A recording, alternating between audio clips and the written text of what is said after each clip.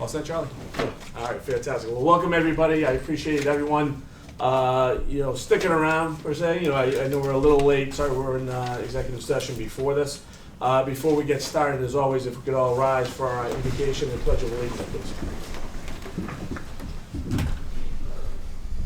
Dear Lord, as we gather for this meeting, give us the use of your gift of peace and understanding, that we may approach the matters we must handle with sincere and just hearts. We thank you for your guidance in our decision-making, and we ask that we receive it again today. We also ask for protection for our community during this Triple E mosquito deal. And as always, for those of us that chose to pray, we each pray to you in the way we were taught. Amen. Amen. Pledge allegiance to the flag of the United States of America and to the republic for which it stands, one nation, under God, indivisible, with liberty and justice for all. If I could actually ask everybody to remain standing though. So we're going to start this meeting. So this is one of our most solemn times of the year. 9/11 is right around the corner. Okay, so I would like to start the meeting as a remembrance for our fire department and our police officers. If we could have a moment of silence to remember everyone we lost.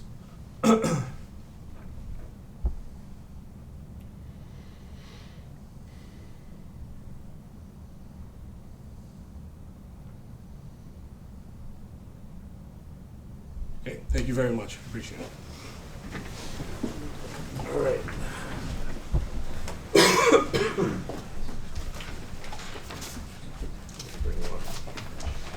All right, so we actually have to start with a couple of public hearings that we have this evening. So if you could bear with us, first, the board, we need to open up a public hearing, which was continued from April 22nd,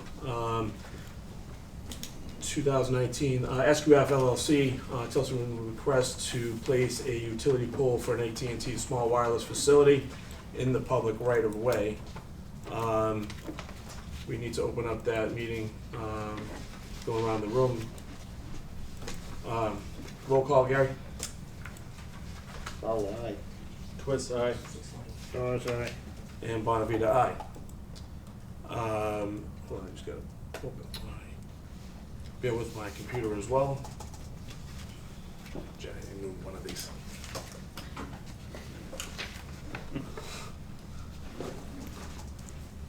All right.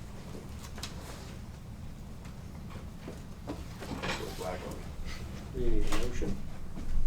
Yeah, because I can't, I move to reopen the public hearing for SQF LLC-Tilson on the request to place a new utility pole for an AT&T small wireless facility in the public right of way. Sorry. Okay, motion is second, all those in favor? Aye. Aye. All right, and since it will be continued, can I have the motion to continue, please? I move to continue the public hearing for SQF LLC/Tilson request to place a new utility pole for an AT&T small wireless facility in the public right of way to Monday, October 7th, 2019 at 7 p.m. Second. Okay, motion is second, all those in favor? Aye. Aye. Okay, and do we have a motion to close? I move to close the public hearing. Second. Okay, motion is second, all those in favor? Aye. Aye. Aye, fantastic. Thank you very much. All right, so we do have a second public hearing. I can go to that one.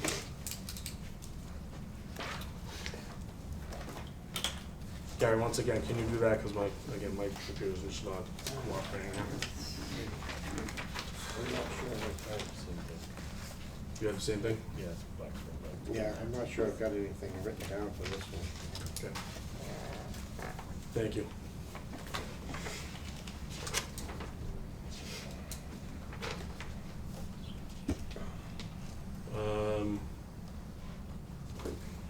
Okay.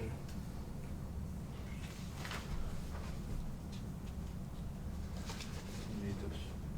Yeah, I'm gonna have to. That's it right there. That's it, man. Okay. All right. Sorry, everyone. Technology is a good thing when it works.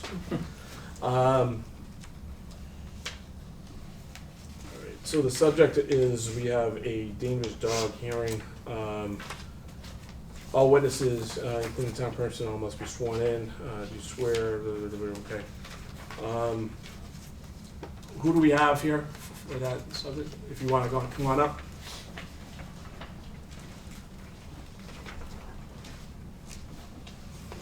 I think we should let the police department go first. What's that? I think we should let the police department go first.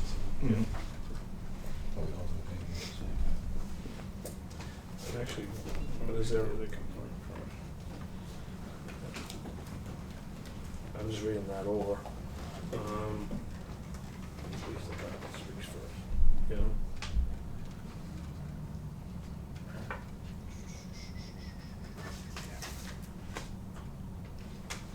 Yeah, I know. I'm just kind of looking over this for that.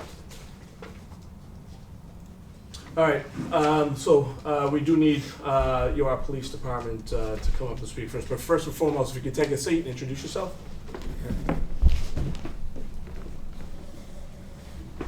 Good evening.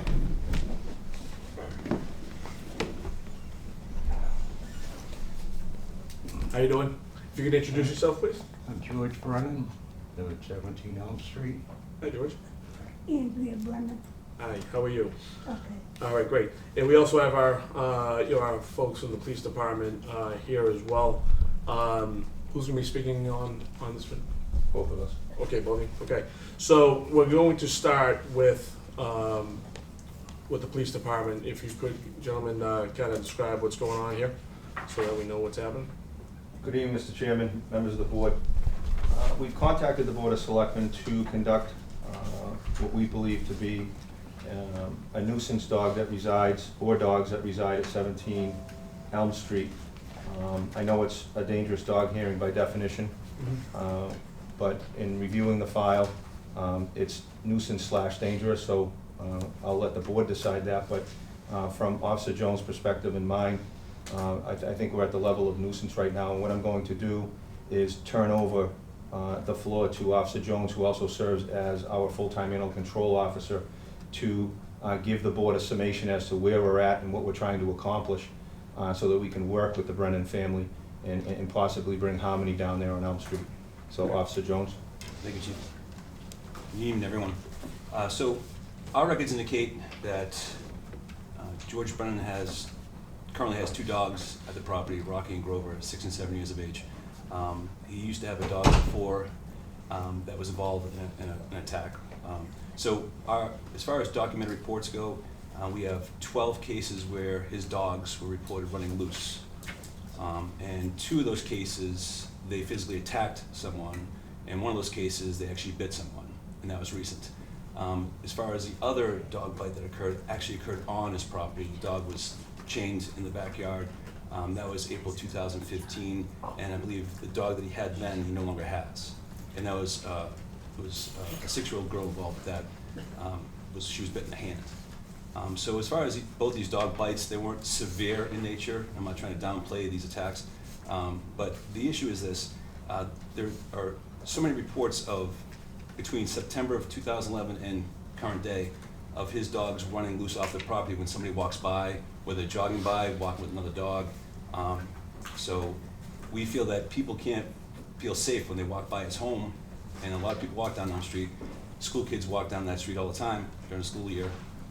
So we feel that it's at the point where it's not as egregious as a serious attack, physical attack, with serious injury or death that occurred. So as far as dangerous dog, I don't think it rises that level. But as far as a nuisance dog, where they did attack someone, they were loose all the time, I feel that it's time that there's something imposed on them to confine the dogs to the property as a responsible dog owner. And Mr. Chairman, under Chapter 140, Section 157, as is probably in your packet, the authority, which would be the Board of Selectmen for the town of Georgetown, can deem such circumstances, as well as order the residents to deal with the animals, and so long as that is accomplished and there are no more threats to public safety, then we can move on. I would just add also to, in addition to the fact that the larger of the 2 elementary schools are on that street, The street is used for an active walking path because it's the circular block for the community. It measures exactly 2 miles, so it's a very popular place for folks to walk because it's fully sidewalked. We just spent $2 million fixing the roadway, so people are enjoying Elm Street. And continual action with dogs like that is annoying for the neighbors, but it's also a threat to folks who are either afraid of dogs, and quite frankly, we have a leash law, so it would be appropriate for them to just maintain those animals so that they're not a threat to the public. Mr. Chairman, Yes. all witnesses, including police officers, have to be sworn. You have to swear in. Okay, swear in. Okay, witnesses are going to have to be sworn in. So we're going to swear you in first, then. Do you swear that the testimony that you are about to give is the truth, the whole truth, and nothing but the truth, so help you God? I will. Yeah. Yes. You guys, okay. I do. There you go. What? I thought it was only them when they started talking. She didn't hear She you. didn't hear you, Joe. Swear to tell the truth. She didn't Yep, hear you. I'm gonna do that again. Do you swear that the testimony that you are about to give is the truth, the whole truth, and nothing but the truth, so help you God? Yeah. Okay, thank you. The officers. Yeah. Okay, so from that standpoint, Chief, what, do you guys have a recommendation, a suggestion on this? Well, I think at a minimum, I'll let Officer Jones discuss it, but to require the pet's owners to maintain control of these animals and not allow them to run loose in the yard if in fact they cannot keep them in the yard. And by remedy would be tethering, a kennel, some type of restraint for these animals and keep them off the public way. It's that simple.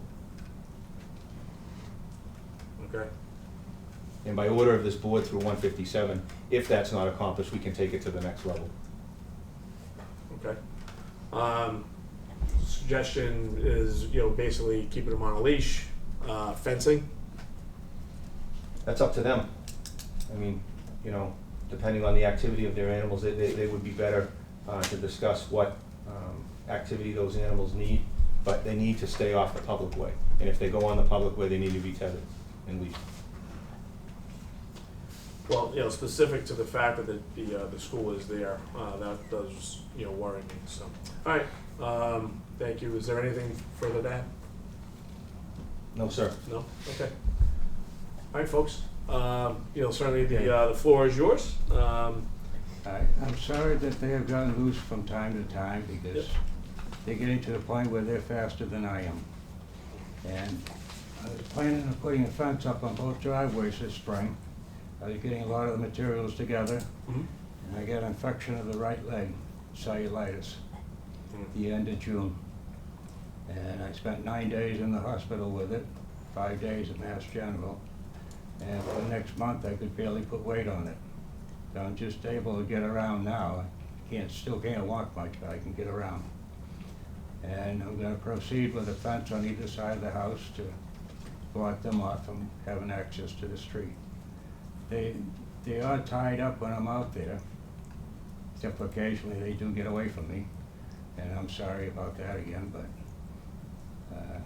I'm trying to keep them confined, and the thing is, like, I've only had Grover for about 4.5, almost 5 years, and Rocky is only 5, and we didn't get her immediately. So they're going back to 2011. I think a lot of those problems were with other dogs. So the dogs are not bad dogs. They just like to get out, and sometimes they run after other dogs. Not all the time. A lot of them they don't care about. I am trying to keep them confined, and like I say, I'm working on a fence. But this last fight, I don't really understand because there was 3 dogs together having a tussle. The girl didn't remember getting bit until the next day. And when the health agent came to release them from quarantine, I said, why were both of them? And she told me that the girl couldn't identify which dog bit her. Well, there was 3 dogs at the time hassling each other. And one of my dogs is a 20-pound Pomeranian. The other's a 100-pound American Bulldog. And it seemed a little strange she didn't know which dog bit her, when in reality it could have been her dog. You know, so I'm not sure about how well that one is. How old was that girl? The one that was bit in April 2015, she was 6 years old. No, But just. that was a different That's dog. the first one. She came on the property and harassed the dog. Yeah. The dog was tied up in his yard, laying down. No, but the story he told was This that second one, the second one. The second one, the woman's 48 years of age. yeah. 48. 48. And she didn't complain until the next day, which she immediately came to the house because, well, I felt going down the stairs, but I called them and they came right back to me. I brought them in the house, and she came up to the house and talked to my wife. Never mentioned anything about being bit till the next day, and then she couldn't remember which dog bit her. You know, it seems to me like it shouldn't be hard to remember either a 20-pound Pomeranian or a 100-pound Bulldog. But her dog was mixed up in the commotion too. Mr. Chairman, if I could offer, the Brennans have been a long time family residing in Georgetown, so I would submit that since they've been before the board, if Mr. Brennan can ensure that these animals will remain on his property and he takes some type of effort to ensure that, and we don't have to come back to this venue, that would satisfy the hearing, in our opinion, from the police perspective tonight. Yeah, I appreciate that feedback, Chief. You have anything further to add? Well, I'm just concerned that they're gonna be labeled biters when we don't really know if they did or not.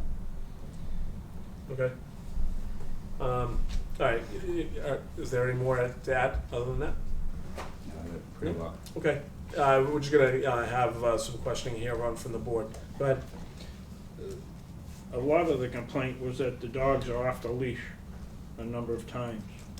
Yeah, And- over the past 5 years, they managed to get off a few times, but Have there ever been any fines issued? Yes, sir. Yes, sir.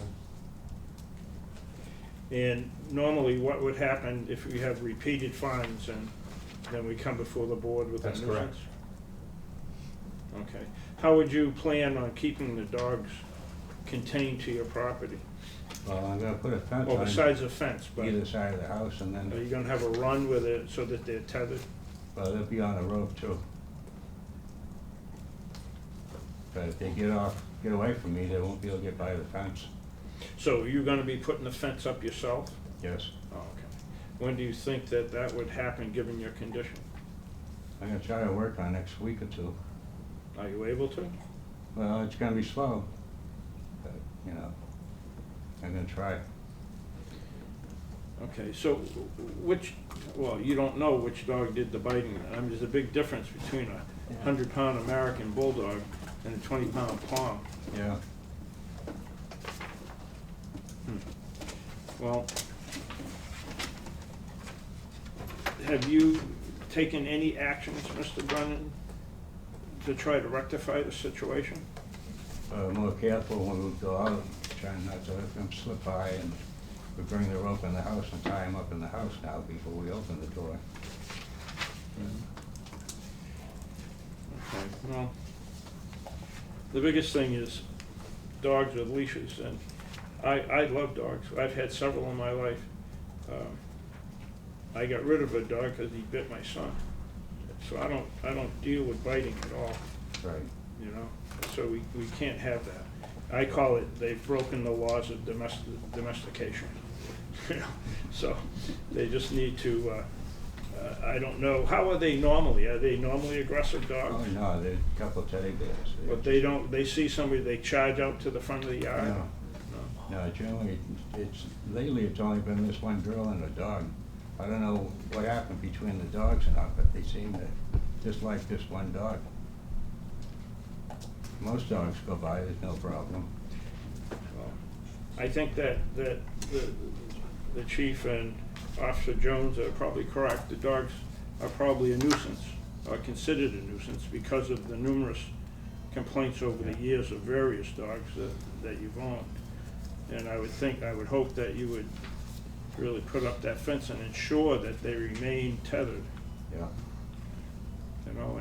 even if even if bringing it to some type of socialization so that they're not as aggressive when people walk by. That's all I have to say. Thank you, good. Officer Jones, Yes, sir. do you have a record of how many times you've been out to the home?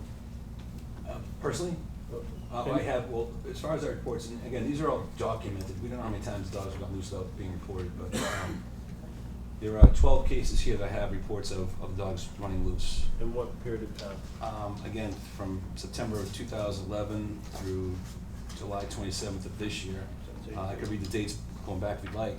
Nope, just wanted to make sure I had a number in my mind here.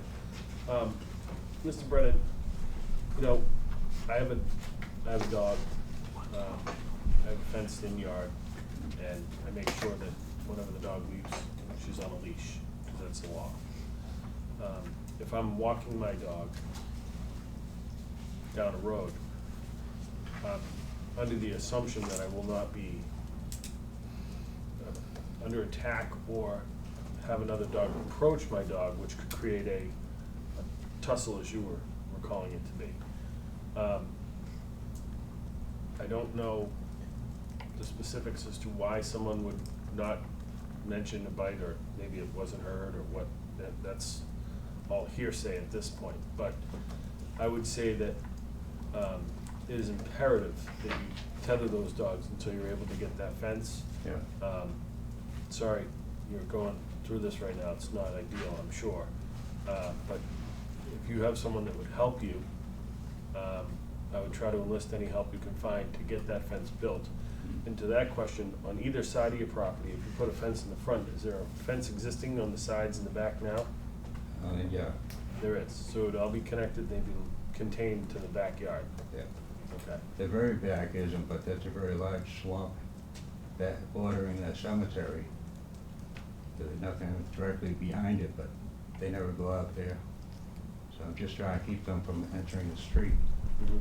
And there's a fence on the, well, if you look at the house on the right-hand side that goes all around the neighbor's property, Yeah. and that's well blocked off, and the fence on the other side. Yeah, and if, you know, given your condition, if you can't get the fence up in orderly fashion, I would consider a tether with bolted to something, a deck or something, tree, something, to make sure that they don't get loose. Someone could really get hurt. Yeah. Obviously, you know, there's been numerous visits, you know, and I don't think we can stop the community from jogging or walking their dog. And If I know to the me, biggest point, just you trying know, to. there's a school not too far from there, and kids do walk home. You know, I see them as I pick up my children every day, so I'm encouraging you to do this in the most timely fashion. Jared, do you have any comments, questions? No? Okay. So we always, you know, we kind of defer to what Chief Cudmore has to say, you know, on a certain matter. And, you know, I will respect those comments in terms of moving forward, but to a point. My attitude about this issue is I respect the fact that you're putting up a fence, but you obviously have some limitations physically, all right, to putting this fence up. Yeah, So we can't wait until next April, okay? that'd be sooner. So it absolutely has to be soon, all right? I appreciate the fact that, you know, maybe the last time it wasn't your dog, but it only takes once, right? And next time it could be a child walking by, right? And if that happens, you know, a real tragedy, you know, might bestow us where it would come back to this board, you know, asking, well, why didn't we do X, Y, and Z, right? So I respect the fact that you've been long-term residents here. I respect the fact that you have some limitations. And I also respect the fact that your dogs are probably good dogs, right? I will, you know, adhere to the fact that we'll give you some time, but my question to you is how much time? I actually implore this board to put a time limitation on when this fence goes up, okay? We can't leave here tonight saying, okay, you promised to put a fence up, thank you very much, bye, right? Can't do that, all right? So I need to get comfortable with the time that it will take to put this fence up, all right? And, you know, and agree with this board that that time is going to be sufficient, right? And then in addition, if the fence is not put up in sufficient time, what our next action is. Okay, so the question for you is how quickly can you get this fence up? Yes, Karen. We could continue the hearing. Well, It would allow him to put the fence up. and That would give him time, and then he would Right. come back and the and police could come back. that's what I and guess say- I'm getting at, right? is- I'm not sure if that's the best procedure, I'm just saying, Right. I think we've done that before in one of the dog hearings, we continued it. But we'll certainly work with Mr. Brennan, and I think that, you know, I would certainly not bog down the board's agenda, but just so long as he's been told and willing to work with us, and we can monitor, and if it doesn't happen, then obviously we have the ability to come back to the board, and I will submit a report at that time, once this has been completed, to try and expedite this. And if Mr. Brennan's ensuring the board tonight has the authority that he'll tether these animals, leash them, and be sure that they don't get loose again, regardless of the circumstances, you know, we're comfortable with that.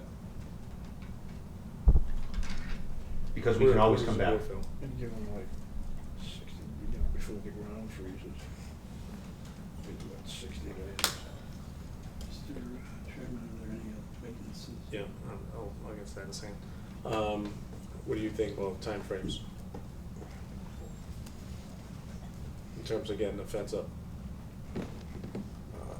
I'm willing to work with what the chief says. Okay. If you feel we need a time frame, throw something out there. I think we have to consider the fact that we have a pretty vibrant holiday coming up where kids are gonna be walking up and down Elm Street trick-or-treating. And we need to make sure that the fence is up before Halloween, in my opinion.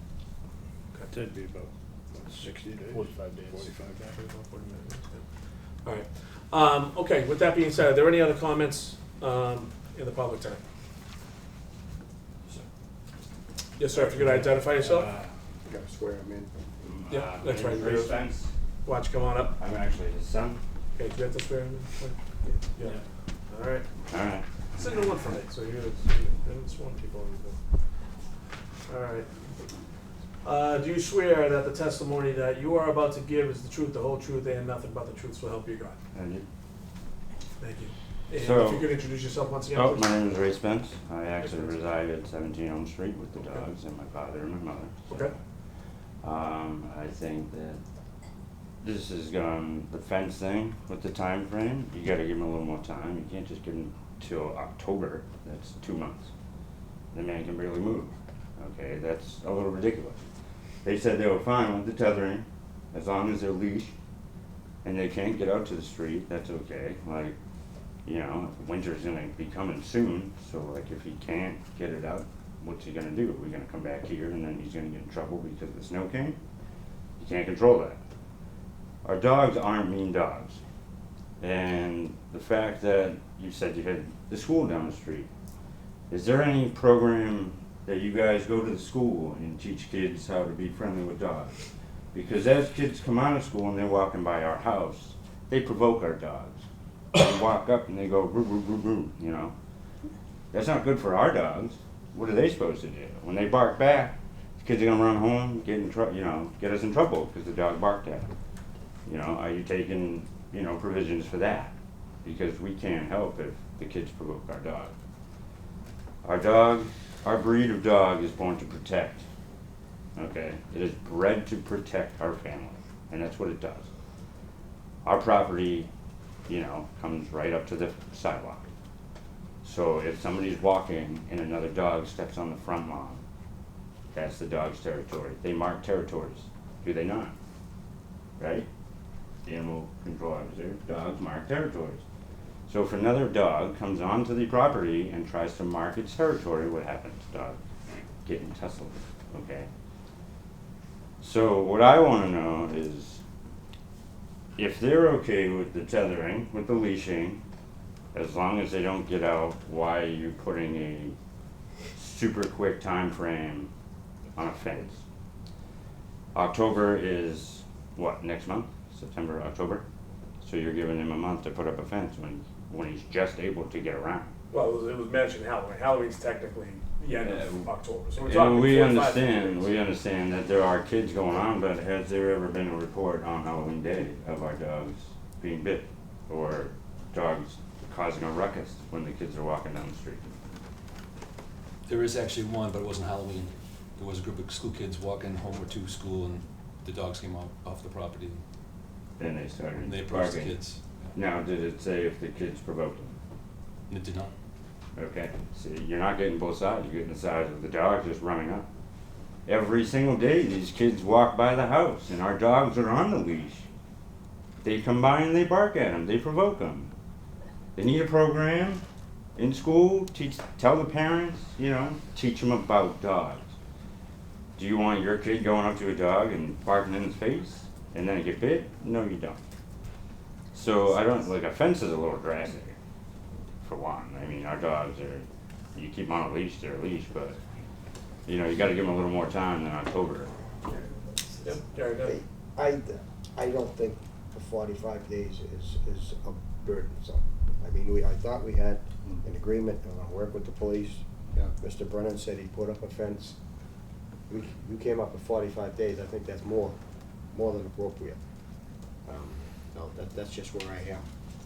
There's a lot of other stuff in here that we can ask you to do. I'm telling you, we got 2.5 pages of stuff and I don't wanna go down every one of them. I mean, the chief is saying, and the dog officer is saying, we're gonna work with you. Mr. Brennan said he's willing to put up a fence. I'm here in 45 days. We're talking no fence. I mean, that's. No, I'm agreeing with the fence, but I'm Okay. saying, like, you gotta give them a little time, you Yeah. can barely move. Like, You reside there? I do So you reside can- there. So you can help, okay, I can help. okay. Mr. Chairman, Go ahead. Thank you, Gary. Thank you. I understand and I appreciate Mrs. Spence's comments. However, tethering to this point has not been successful. If it had been successful, we wouldn't be having this hearing. So, if I'm not mistaken, you recommended that you were gonna put up the fence. Right. That was not our recommendation, that was Right. yours. Yeah. Okay. Well, we intend All to I'm as soon saying as I is, can. and you said you're gonna start it in 2 weeks, with Yeah. the Mm. help of your son, who's willing to help you. Right. Yeah. So That's 45 days is more than reasonable. All right, you think so? In addition, after 45 days, I mean, you're heading into some, pretty Well, I cold mean, I work weather, a and I'm full-time not job, sure so if I'm that's not, even I can't helping help for them you. every day, like, I have a full-time job, like, I have 2 kids. Yep, I have 2 kids of my own, I work a lot. yep. So I can't help him every day that he does events, that's what I'm just trying to make sure he has enough time, so we don't have to come back here, like, Yep. he's not gonna, shortchange it, it was his idea, like you said, but, something comes up where, she could be in the hospital and he's gotta visit her, he's gotta take care of her, who's gonna work on the fence? I can't do it alone, I don't know anything about fence building, I'm a cook, that's what I do, so. But I just wanna make sure you have, winter season's coming, she gets sick easy in the winter. Mr. Chairman, it's not our intent, obviously, to hurt the Brennan family. If they can take some reasonable steps to secure these animals, I'm familiar with their property only because I too have lived in this community for many years. There's areas in the back that they could tether their animals, possibly create some type of kennel environment so that they're not getting loose. If Mr. Brennan doesn't have the ability to fence in his entire property, then he can seek another solution. I think Mr. Spence may have misunderstood because Mr. Twist made the point, it was Mr. Brennan's idea about the fence. It doesn't have to be a property fence. Like Mr. Fowler said, you have 3 pages of remediation there that can happen at this hearing. Secure the animals, we don't have to come back here. Take not only reasonable steps, but additional steps, and then maybe this will go away. Next question is, what are next steps if another incident happens? I will work with the Brennan family, they will be documented, and then if I have to come back to this authority, I will. And I can probably, speaking with his son and Mr. and Mrs. Brennan, that's not going to happen. since they've been forewarned that this is now an issue. This is now a legal issue for this family, and that they need to take the additional steps. And we certainly work with them with their, their health issues and the fact that winter is around the corner. But I think their property is such where you're able to secure those animals and not have to go through another hearing under 157. One of my major, again, issues are the kids in the area. So at the very minimum, my suggestion for the board, as we give the Brennans their time to do what they want to do, is that I would like to ask that the dogs are, never mind tethered, they're inside between 7 to 9 in the morning, and what, When they get out of 2 school. to 4 When they walk by out of in the school. afternoon. That'd be And fine. if we That's find that reasonable. they're outside, that's not gonna go well for me, That's reasonable. all right? No. So 7 to 9, 7 to 9. 2 to 4, how does the board feel about that? At the very least, and then we'll give the Brennans their time, and I'll leave it to Chief Cudmore and Officer Jones, to, work with you on that in a reasonable time. Again, I don't wanna be back here in April and that fence is not up. Well, I'd like to add that they should be constrained to the backyard and not to the front. Right. Because there's always foot traffic up and down there. And if they're protective like that. Yeah, they usually, then they towards the back make anyway. a charge towards the front or back or whatever, Mm. and be seen as being aggressive. So if they stayed in the backyard, That's where the rope is now, on that back of the side yard. They can have the backyard on the side a little bit. They're not allowed out front now on the rope.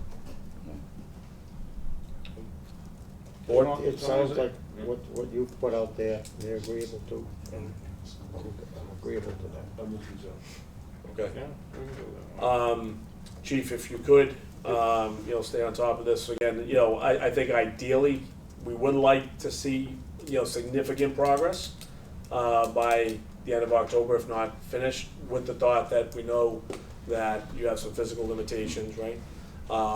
So, again, I will leave it to our officers to oversee that. And if they feel like, nothing is being done, I ask that you do report back to this board, and we will have you back sooner than later, believe me. Mr. Chair, Yes, sir. I'm also of the mind that because of the number of incidences over the years, even though there may be a dog or two that are not there anymore, that we do have the option to declare, what are their names, Grover and Rocky. Rocky, nuisance. And not dangerous, Mhm. but nuisance. Mhm. And I think that they should have that tag in case anything else happens. Because if somebody else gets bit, then I'm gonna consider them, whichever one it is, dangerous. And sometimes I think a Pomeranian bite can be worse than, but, as they say, I don't deal with biting dogs and at no occasion. And if you have to Yeah. put a muzzle on them, then fine, but I still think we have that option of declaring them a nuisance. Mhm. I don't know what the rest of the board feels about Yep, it. I would agree with that. I would agree as well. I would agree with, there's just too much history here. And actually, it's a really good point. To that point, what about signage? Do we ever, want to put anything out in the front lawn, to your point, for kids, as they're going by to mind their business?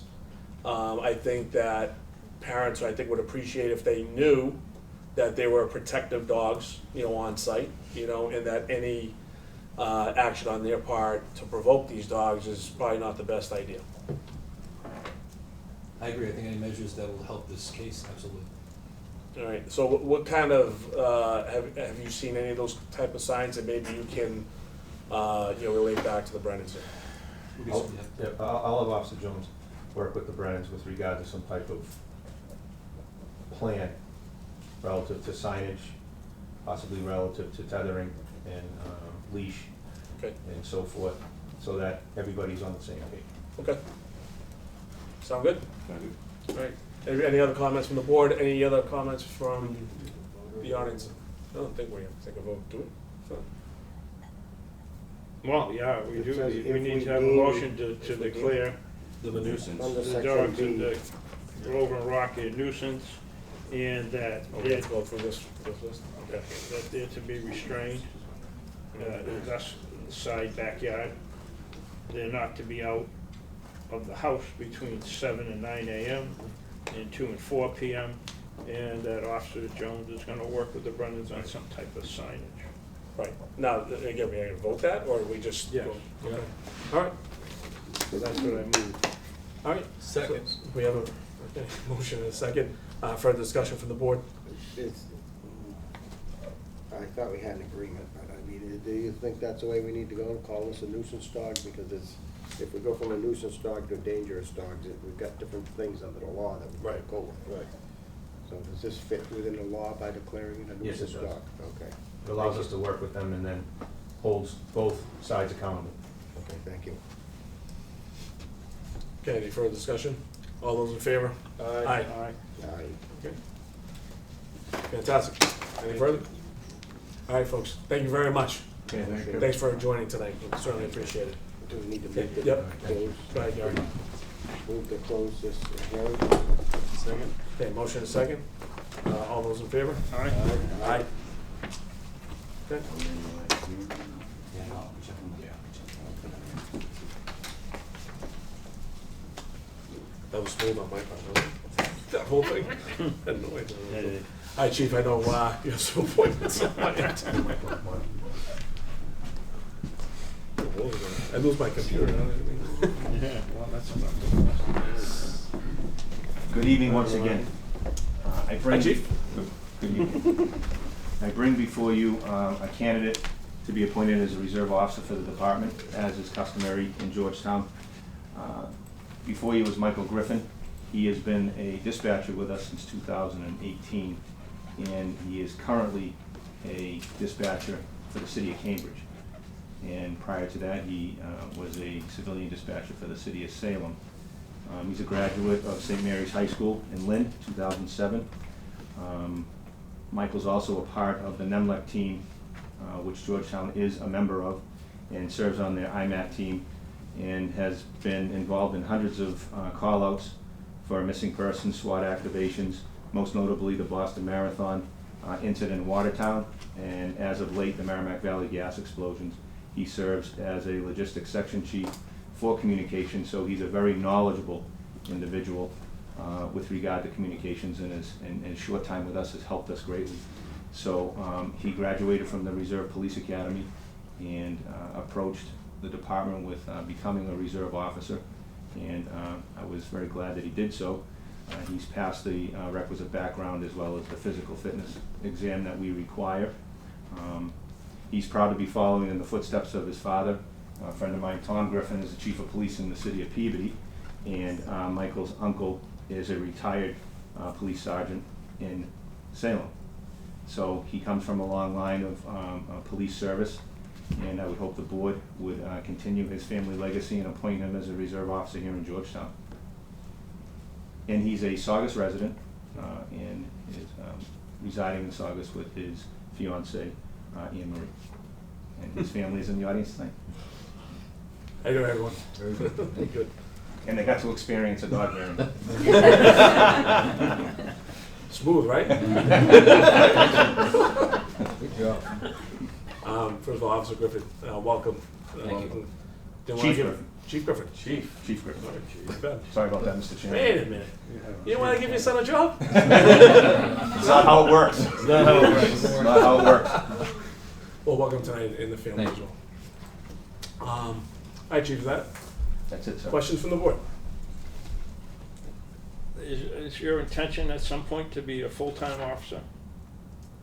If the opportunity presented itself, I'd have to seriously consider it. If you were looking at that as a career move for yourself. So it's been a long process. It was something I definitely wanted to do at one point. Working with civil service is difficult, and it didn't work out the way I had hoped to. So I've been actively pursuing a career in communications, which is it's what I'm good at, it's where I'm comfortable at, and you know, if an opportunity to be a police officer did come up as a full-time job, I'd have to weigh the pros and cons of where I am now and what the opportunity offered. But So why do you want to be a reserve officer? it's always something I wanted to do. Obviously, I've always wanted to be a police officer. I really like the town of Georgetown. I like working with the police department. I've worked with a bunch of different police departments throughout my career, and both in full-time and part-time, and going out and actually working in a lot of communities through NEMLEC. And Georgetown is one that stood out to me as different, as a very professional operation, very squared away, and somewhere that I'd actually want to put my name behind. Good answer. That's all I have. And he was not coached. Not at all. No, not from you. Any other comments, questions from the board? No, I mean, we always, the chief brings us good candidates. They do seem to come from all around. Is it because of the, what is it that the police department has been declared as? Civil service. Oh, Certified. accreditation and certification. Accredited. Is it because of that? It is. Perhaps we get, It is. good. It seems like some of these seek us out rather than we're seeking. Absolutely. And it's That because is of the absolutely the fine case. job that you folks all do. Thank you, Mr. Fowler. Thank you. So are you still on the NEMLEC and the IMAT? Yes, yeah. So Okay. That's good stuff. Yeah, it's a very it's a different perspective on Now, on did the you work. say you're from Peabody? From Saugus. From Saugus, okay. Having grown up in Peabody, I know your dad from, Oh. I don't know him personally, but I know he was the chief. You should have just asked me. You know, a lot of my questions are asked by Mr. Dawes. So, with the NEMLEC and the IMAT, how much time do you actually see, just out of curiosity, how much time are you spending in that stuff? It fluctuates Depending on the time of year. severity of stuff that's going Yeah, on. what's going on. But And would you, so if he was on duty here and he got a NEMLEC call, would he go Possibly, yes. possibly? Okay. Chief Griffin is a board member of NEMLEC. I serve on the finance committee as well as the technology committee for NEMLEC because we are a member. And we also have two officers, full-time officers who serve with STARS, which is our school threat assessment Yeah. team. So NEMLEC has been a useful tool for us, especially where we have our own school district. And myself serving on two committees to maintain that, and my partnership with the superintendent, because the district pays for half of our membership. So that's why it's worked out very well for us. Okay. I'm good. All right. So I don't have anything else to add, so if you can have a motion, please. Mr. Chair, I move that we appoint Michael Griffin to the Georgetown Police Department as a reserve officer, term to expire June 30, 2020. Okay, we have a motion, we have a second? Second. Okay, motion second, any further discussion? If not, all those in favor? Aye. Aye. Thank you, Mr. Chairman, members of the board. Michael, Congratulations. congratulations, fantastic. Welcome. Nice to see you, Chief. you too. All right.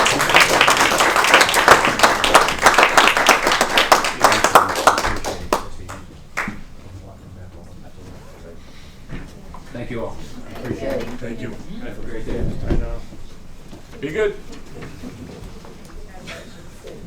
Chief? I just have one more quick appointment. Yes, sir. Mr. Chairman, we finally had a resident come forward to become a crossing guard. It's been a long time coming with our scarcity of crossing guards.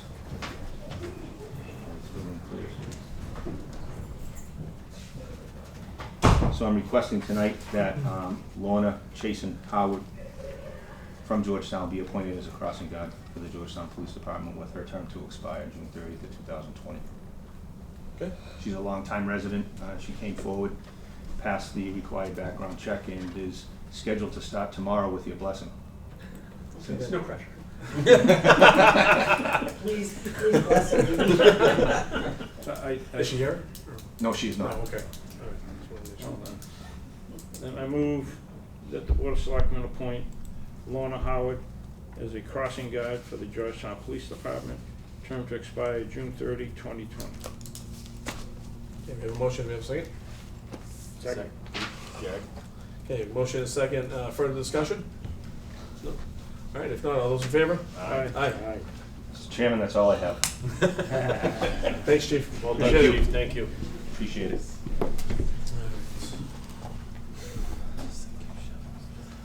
All right, so, we have the room,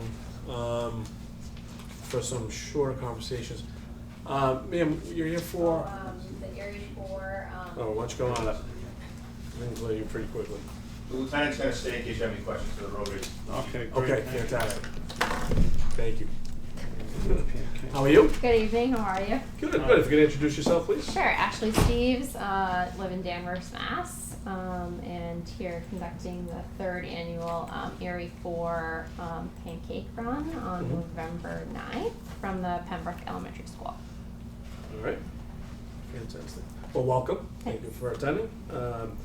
And so this is your third year doing it. Okay. And, you know, with that, do we have questions for the board? I have one. Go ahead, David. It says, it does not have a time. What time does it Oh, it's start? 9 a.m. start. 9 a.m.? Yes. Usually finishes in an hour or 2 Yeah, hours? yeah, an hour. And how many runners?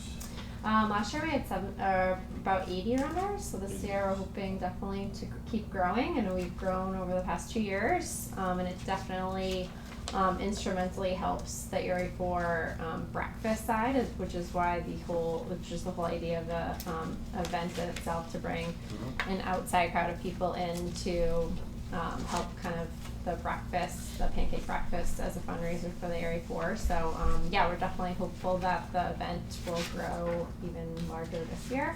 Okay. So another 15% or so would be a good jump for us for this year. And a question from Lieutenant Hatch, no issues relative to traffic or? No, sir, I've actually dealt with Ashley probably with about 6 or 7 races with the Flatbed Fiery 5K from Andover Street. Went from Pearly School, but I was up to Brookville in October, and now this one in November, 3 years. So we communicate very well together, we have no issues. Great. That's all for me, Joe. Fantastic. Any other questions from our board? I don't have any. No? Jan, are we all okay with everything that we need? Yep, all right. Please. I move to approve the Erie 4 Pancake 4-mile road race to be held at Pembroke School on November 11, 2019 at 9 a.m. Okay. Second. We have a motion and a second. Any further discussion? If not, all those in favor? Aye. Aye. Aye. All Thank set. you. Congratulations. Thank Best of you. luck. Thank you. All right, well, Stephen, why don't you go on up?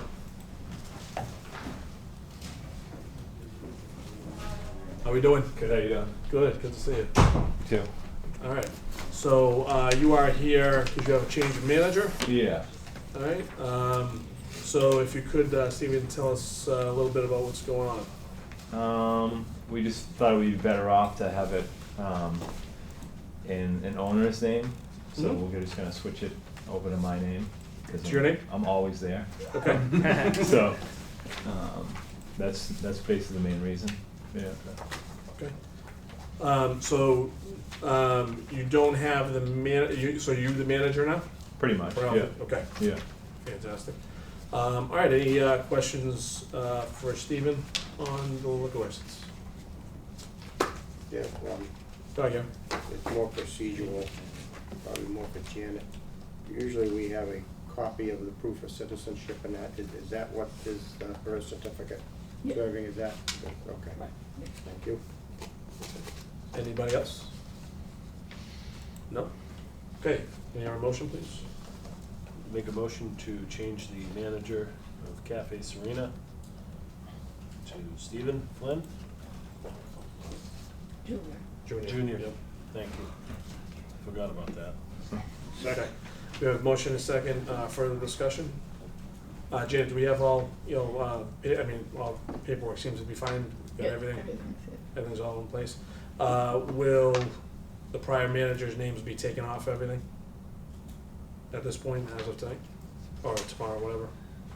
This has to go to the ABCC to be approved first, Okay, and then we'll issue a new license. okay. Okay. All right, and was it just for The liquor license, or was there other, Change your manager. yeah, so what other, documents have to be changed? I believe the other manager was listed on the common victuals, licenses, but we could take them off of those. Just take them off, and that's fine, okay. Yeah. All right. Just want to make sure we're being thorough. Okay, we have a motion and a second. Any further discussion? Okay, if not, all those in favor? Aye. All right. Thank you very All much. set, bud. Good to see you. You too. All right, anybody else here? Boston Polo, maybe? Boston Polo? Come on up. Sorry, guys, we'll get to that. It's a longer discussion for you guys, so I want to get it, clear the room as quickly as I can. Hi, how you doing? Good. Good. Good to see you again. Yeah. This summer ago. Oh, it's been good. Good. Yes. Fantastic. Fantastic. Glad you had a good summer. If you could introduce yourself to everybody. Mark Taston Okay. And you are owner. of Boston Polo. Yep. Fantastic. All right, Mark. Why don't you tell us a little bit about, in the audience, what you're doing here tonight? So, I'm the owner of Boston Polo Club, and we put on polo matches open to the public. We had a series in the spring, which we got. We tried out having beer and wine at the matches, which was successful. Good. People enjoyed that aspect of it. So I'm coming here just to add some additional dates for the remainder of the year for additional matches. Good. The ones this year to date went off without any kind of problems. Fantastic. All right. And just because I don't know where I am on this paperwork, what dates are we talking about? So the public knows. We're talking about Sorry, what? September 13th, 14th, 2026. Yeah, if you don't know, we got so it's September 13th, 14th, 20th, 27th, and October 4th. yeah. That sounds From about right. 5 to 9. Is that right? Yeah. Okay. All right. Fantastic. Questions from the board? Go ahead, Gary. Is it a lighted facility that you have there? Because it seems kind of late for that time of year going till 9. Yes, it is a lighted facility. Yeah. Okay. And that was the time that's been on your previous license and has worked out, or is this going later? So this is going a little bit later than the previous license. This is like polo under the lights is what we call it. And so every fall we've done a polo under the lights. So it's kind of fun. Like people really like to come and like watch the polo under the lights. It's kind of cool. So it's a little bit later than the other matches because it is under the lights. Okay. No complaints from the neighbors? No, we've The never had any lighting, complaints. noise, No. We haven't had any. haven't had it? Okay. Good. Good. Any further questions? Yeah, with the approximate number of people in attendance of 100, is there a need for a police officer there? We've never needed one before, and the police, when they were here before, didn't think that we No. needed one. I guess Janet, all this paperwork is in order? Yes. Yep. Any further questions? We usually have a certificate of liability, but is that for when things are on town property? They should be providing one from the vendor. Yeah, and so I believe what happens is when you give me the approval, I think I brought one down before, the like the vendor and like the insurance company gives me that, which I then bring to you guys. I think that's what happened before. Who did you hire before? It's a company called Host, Okay. and so they take care of the insurance and they have the certified bartenders Tips. and what have you. Yeah, the tip certified, and they've been like very professional before. Okay. Okay. Any further questions? All right. If I can hear a motion. I move to approve the one-day liquor licenses, wine and malts for Boston Polo, Mark Tashton, on September 13th, 14th, 20th, 27th, and October 4th, 2019, from 5 p.m. to 9 p.m. Second. Okay, we have a motion and a second. Any further discussion? If not, all those in favor? Aye. Aye. Aye. Aye. All right, All all right. set. Thank you, Thank guys. you. Good to see you. Thanks. Good luck for the different things coming up. Okay. Yeah, I know. Hopefully the Triple E doesn't scare too many people away. Yeah, it's a problem, isn't it? Yeah. All Is there anybody else? I think we just have it. No? Okay. All right, so who's coming up? Does everyone want to come up? One, come on. That's right, come on up. Okay, come on. We're all coming up. Yes, we're all coming. Come on out. Come on out. We do it. Come on. All right, so before we get started, well, first of all, I think we need introductions from everybody for the record. Regina Sadler. Mike Winslow. Jim DeMatteis, Park and Rec. Carol Jacobs. John Dunleavy, Park and Rec. Al, you gotta introduce yourself. Pardon me? Introduce yourself. Oh, Al Kitchen, not Park and Rec. Thank you, Rob. I appreciate it. All right, I'd like to start with the one-day liquor license that you guys are asking for, since we're in this whole liquor status, you know, that we've been talking about with appointments and approval. So if you could tell us a little bit about what's going on at Camp Dennison, and Sure. go from there. We're having our first fundraiser for the Georgetown Youth Community Center on September 27th from 6 to 10. We're expecting between 75 to 100 people to be in attendance, and we're looking for a one-day liquor license to serve beer, wine, and some other cocktails. All right. Do you want Fantastic. anything else? I have some Um, insurance information, I think, for you as well. All right, fantastic. Questions from the board on just the one-day liquor license? You said September, but I heard December. I just want to confirm that. September 27th. September, okay. Yes. And 75 to 100. And we'll have a bartender there that is tip certified. Okay. That was my next question, thank you. Police detail?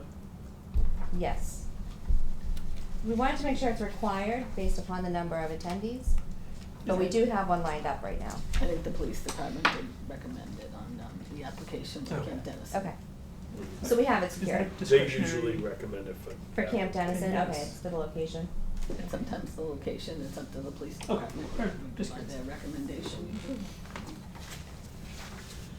Any other And she said. Question. And then you already mentioned about the insurance certificate? Yes, we have insurance certificates from both our own as well as the beer truck and the bartender. We have their insurance information. Should I give that to you? yeah, I was gonna Janet? say, if, Extra copy Jan, for can you. you take a look at that, make sure everything is there? So that you need? is this an RSVP event or?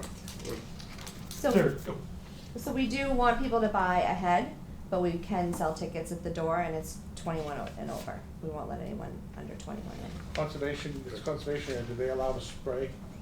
Like today, they're spraying a bunch of parks. Might be good to spray the night before, if it's allowed, being conservation.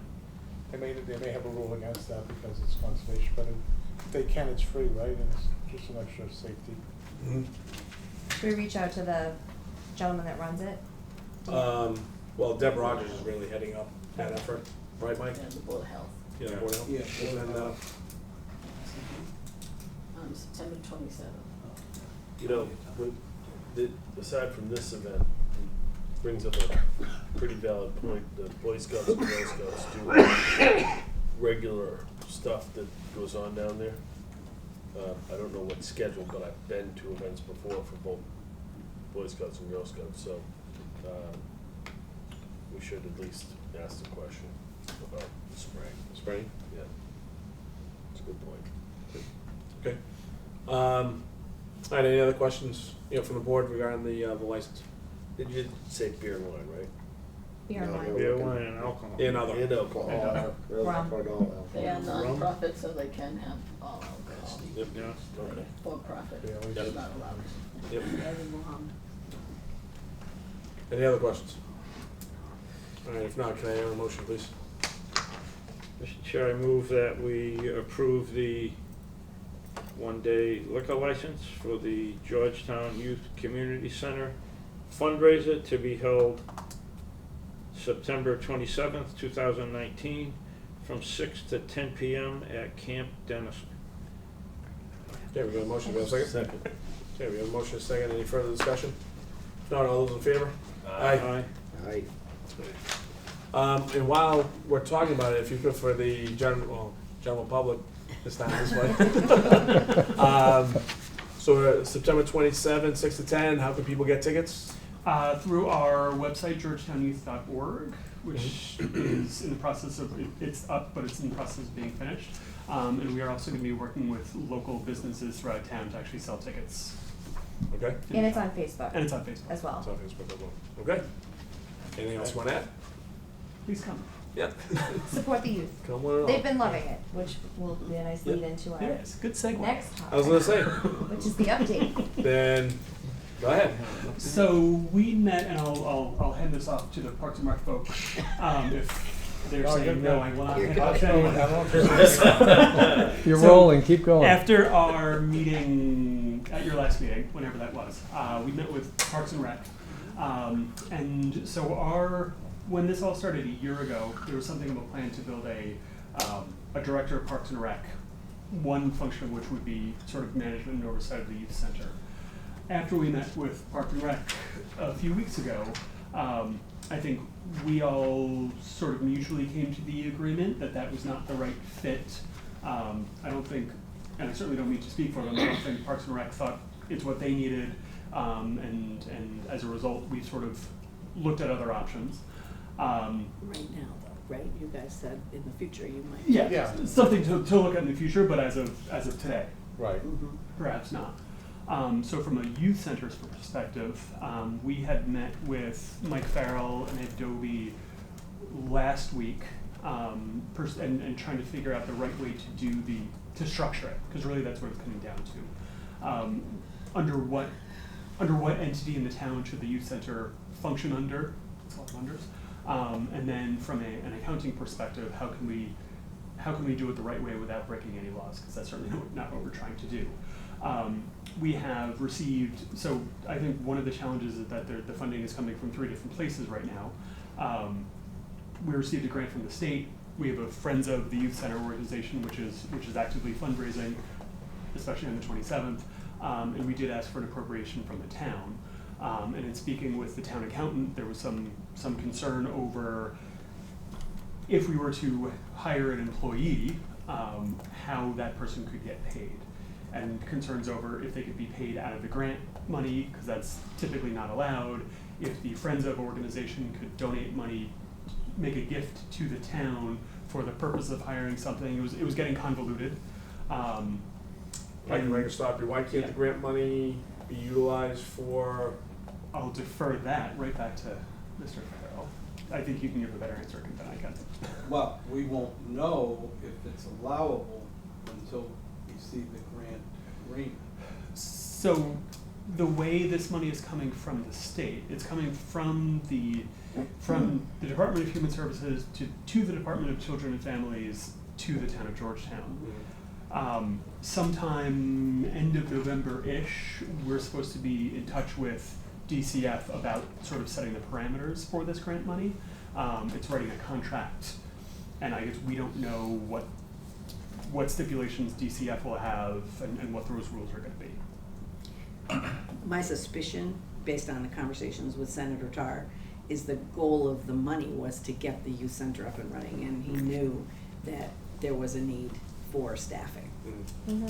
So, No, agreed. I mean, that was my initial Right. discussion with him as well. So. But we can't hire anybody until we have the money. yes, exactly, Yeah. but I think it's a appropriate, it's going to probably be considered an appropriate use once we make the arrangement with DCF. One of, and to speak for the town accountant for a second, which I certainly don't mean to, when she spoke with DCF, there's a question as to when, it sounds like there are a whole bunch of these grants and there's a process, they tick down the list of next grant. From what she said, maybe we'd get a call sometime late November and then discussing a grant, who knows when the actual money would be available. And until that agreement is in place, there's no access to the money. And our goal on the youth center side is and we've had a lot of momentum up until this point, and we're a little bit worried of, hey, we had a great summer, see you in December or January, and kind of having that gap of time. Sure. We had 3 events, 70 kids, as they're all leaving. When are we opening? we're ready. Right. I mean, you agree. have children, Well, and I've been asked specifically as well. So. Right, So exactly. we wanna do it the right way, certainly, but we don't wanna wait 3 or 4 or 5 months. Sure, Mm-hmm. sure. Okay. All right. So- So They had a concern about, like, the Rails Trail coming under the Park and Rec, as a subcommittee for their insurance purposes of this new group. It was a number of years ago, they put to make the Rails Trail Committee a legitimate committee for insurance purposes. They put them under the Park and Rec. It seems like a waste of money for them to spend a couple $1,000s to become self-insured. The Park and Rec, we voted that would be okay with us, even though we knew it wasn't an official vote. We can't vote that, the selectmen have to. But it just seemed like we were okay with that. We did ask that they would have representation at our board, so we would know more over the next year, at least what's going on a, bi-weekly basis. But like I said, it might be a way of just saving a couple $1,000 off it. yeah, I mean, so now that you bring it up, Jim, if I can go back to what Mike said already, and that is, you guys are feeling that they are not a fit for Parks and Rec right now. The board felt that they would be better off served as a youth center, trying to fit a person to do everything. We thought that they'd be better off to try to do the youth center, see if it works, and apply the money towards this person. But we weren't not against it. We just thought that's going to be a lot to ask for someone to do all the stuff at the Park and Rec with this one position with the money we have available. But we felt that if it worked to grow the position into a director of Parks and Rec would be fine. But the stress is that they're going to try to open up a facility with spare time, and then saying you're going to have Park and Rec job, and it seemed like a lot of hats for the money right now. Well, to your point though, I mean, I think the real, I guess point behind, putting this group into Parks and Rec was for them to have a place to sit, gain the insurance, right? Act independently from really you guys, just like the Rail Trail, right? And then it can progress from there in terms of, it could be a year, it could be 2 years, it could be 5 years from now. Right. I mean, not all the members had the same opinion on this subject. But the vote was, I thought that this would be a position that would grow into a director, but the majority of people felt that it would be too soon to just. You're going to spend, when you try to do projectors, going out and look for a Park and Rec director's position, you may automatically be in the $70,000 to $80,000 range. It's going to put stress on trying to get this thing approved. Where if they could start with just a youth services position. And if it works, because right now we're going to have a year of, like that happened with the elderly housing. I thought it was a stupid idea, and I was wrong, because it seems like it's working great.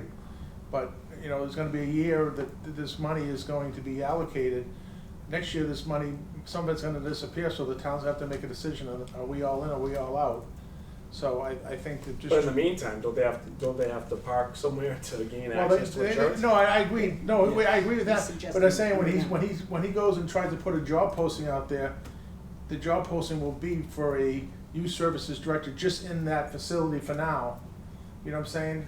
And he'll have to do comparable studies of how much do you pay that person for the next year, and it's going to be a lot less than the director of Parks and Rec for a town. You know what I'm saying?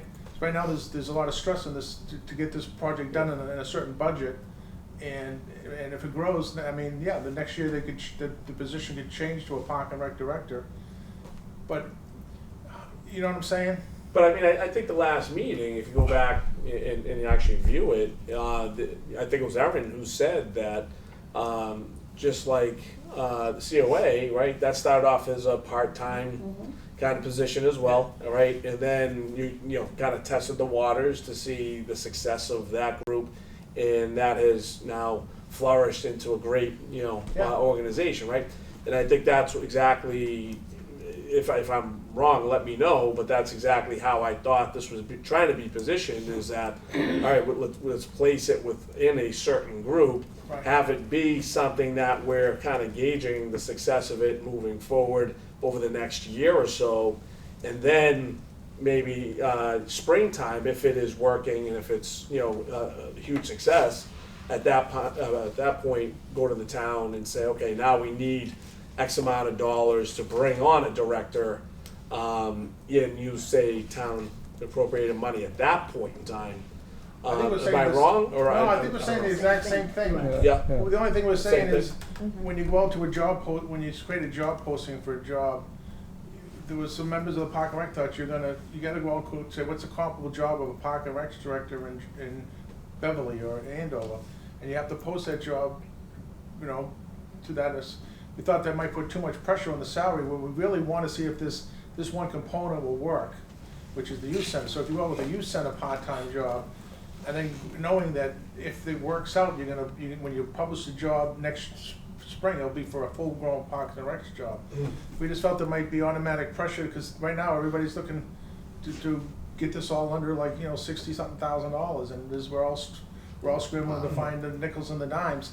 So what happens if Mike goes out and does a comparable Parks and Rec job, and the job is $60,000? There'll be no part-time staff. I'm just saying, we said, we agree, but if it's we said it might be better for them just to get this youth center up and running through the winter, and if it works, we'll handle that in the spring. We'll change the position. It's a little bit of semantics. It's just, we agree that we want to have a Parks and Rec director. So you're okay with parking themselves in Parks and Rec? I'm just saying, but for the So- title of the position from now until the spring, we thought it would be. Yep.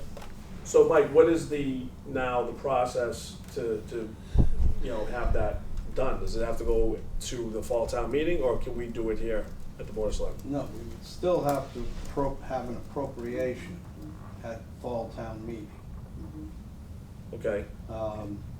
And To put them into Parks and Rec? either to put them anywhere Yep.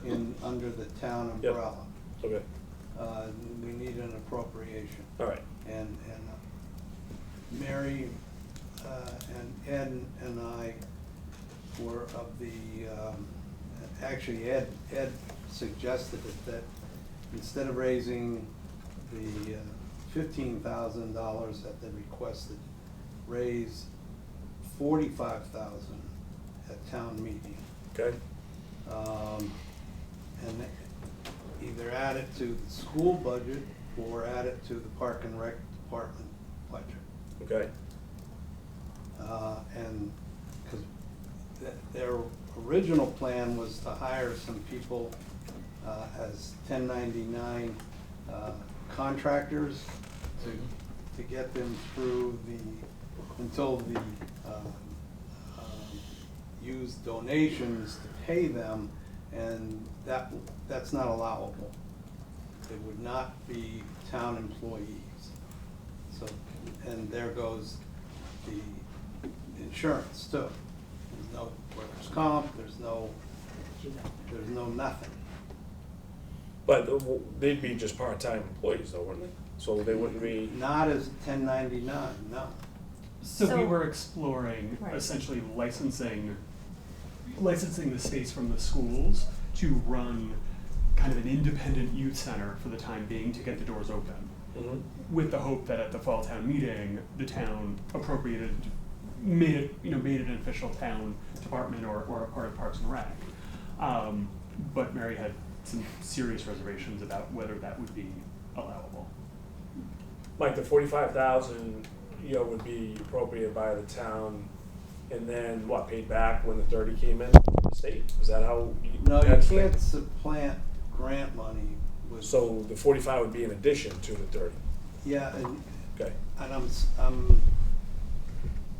I think we'd be able to spend it over multiple fiscal years, though. The grant. The 30? Yeah. They can't give us 30 grand in November And say you have 6 months. and expect us By to June, blow it June. out by June. Right. But I don't know Yeah. that for a fact. But I thought that was part of, kind of the requirement, was that we actually spend it by June. I don't know anything about that. I remember that being mentioned the last meeting. Yeah, I am They pretty better sure get that was.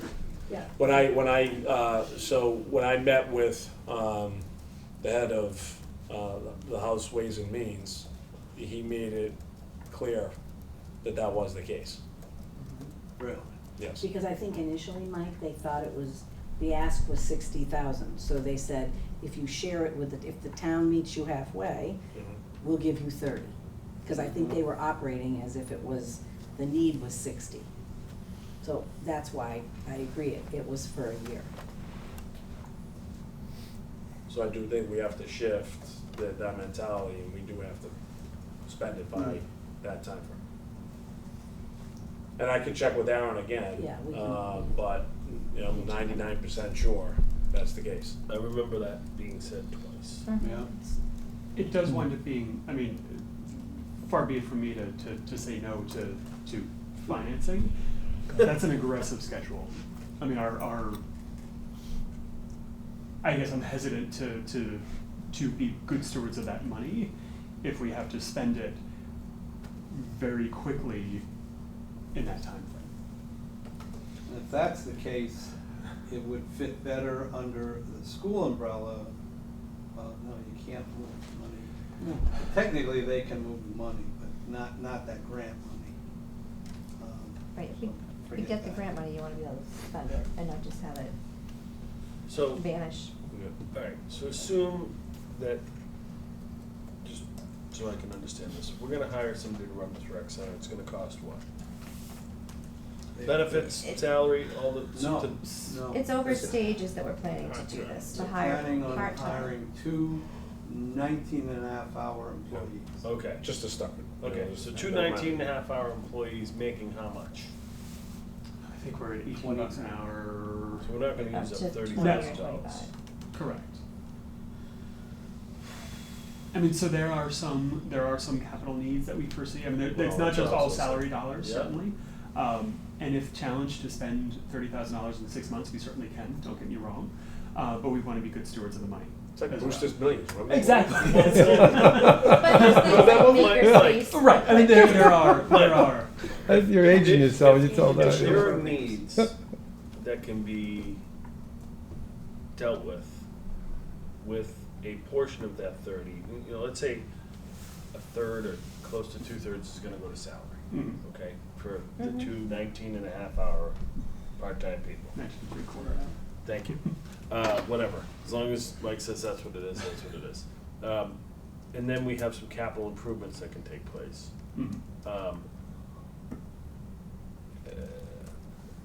Why wouldn't we do that?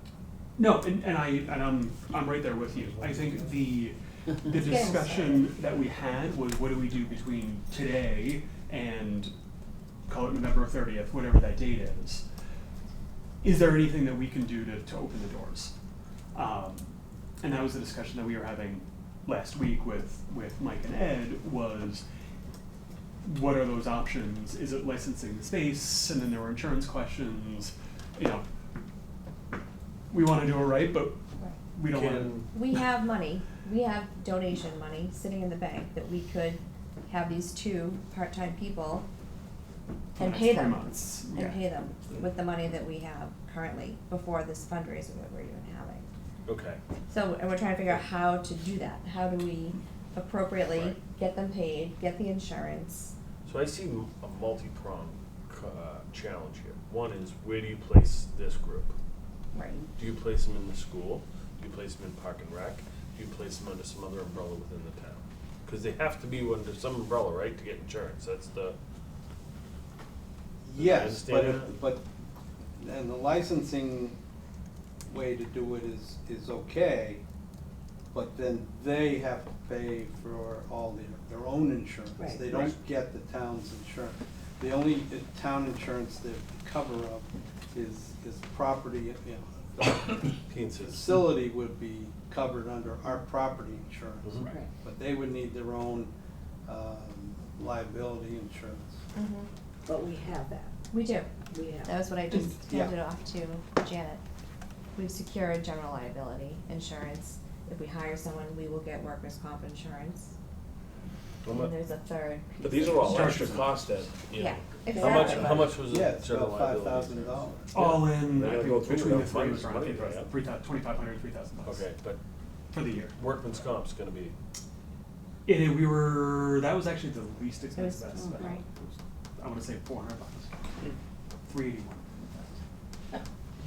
Michael's been working with the budget. That was the number. Good idea. So we have $30,000 we need to use by June 30th, 2020. Mm-hmm. And we have a ready facility Mm-hmm. to act as said rec center. We just need the people to hire to get it up and running, In a nutshell. right? Which is, I mean, initial discussion was it was even gonna be open 3 days a week. I mean, if we have Right. to spend the money, we could go 4 days a week, Right, you know, exactly, and, exactly. Yeah. you know, Or not or even 5 days a week. special- you know, whatever. Yeah, add Special a for, third you know, person to the mix. It's not Yeah. crazy, I know, but. I know so- one thing, we can't go back and not use that money, and we, there was a lot of work put into getting that grant, Mhm. and we need to make sure we use it. We honor it for that. Whether it be for part-time employees or capital improvements to Mhm. the facility, Mhm.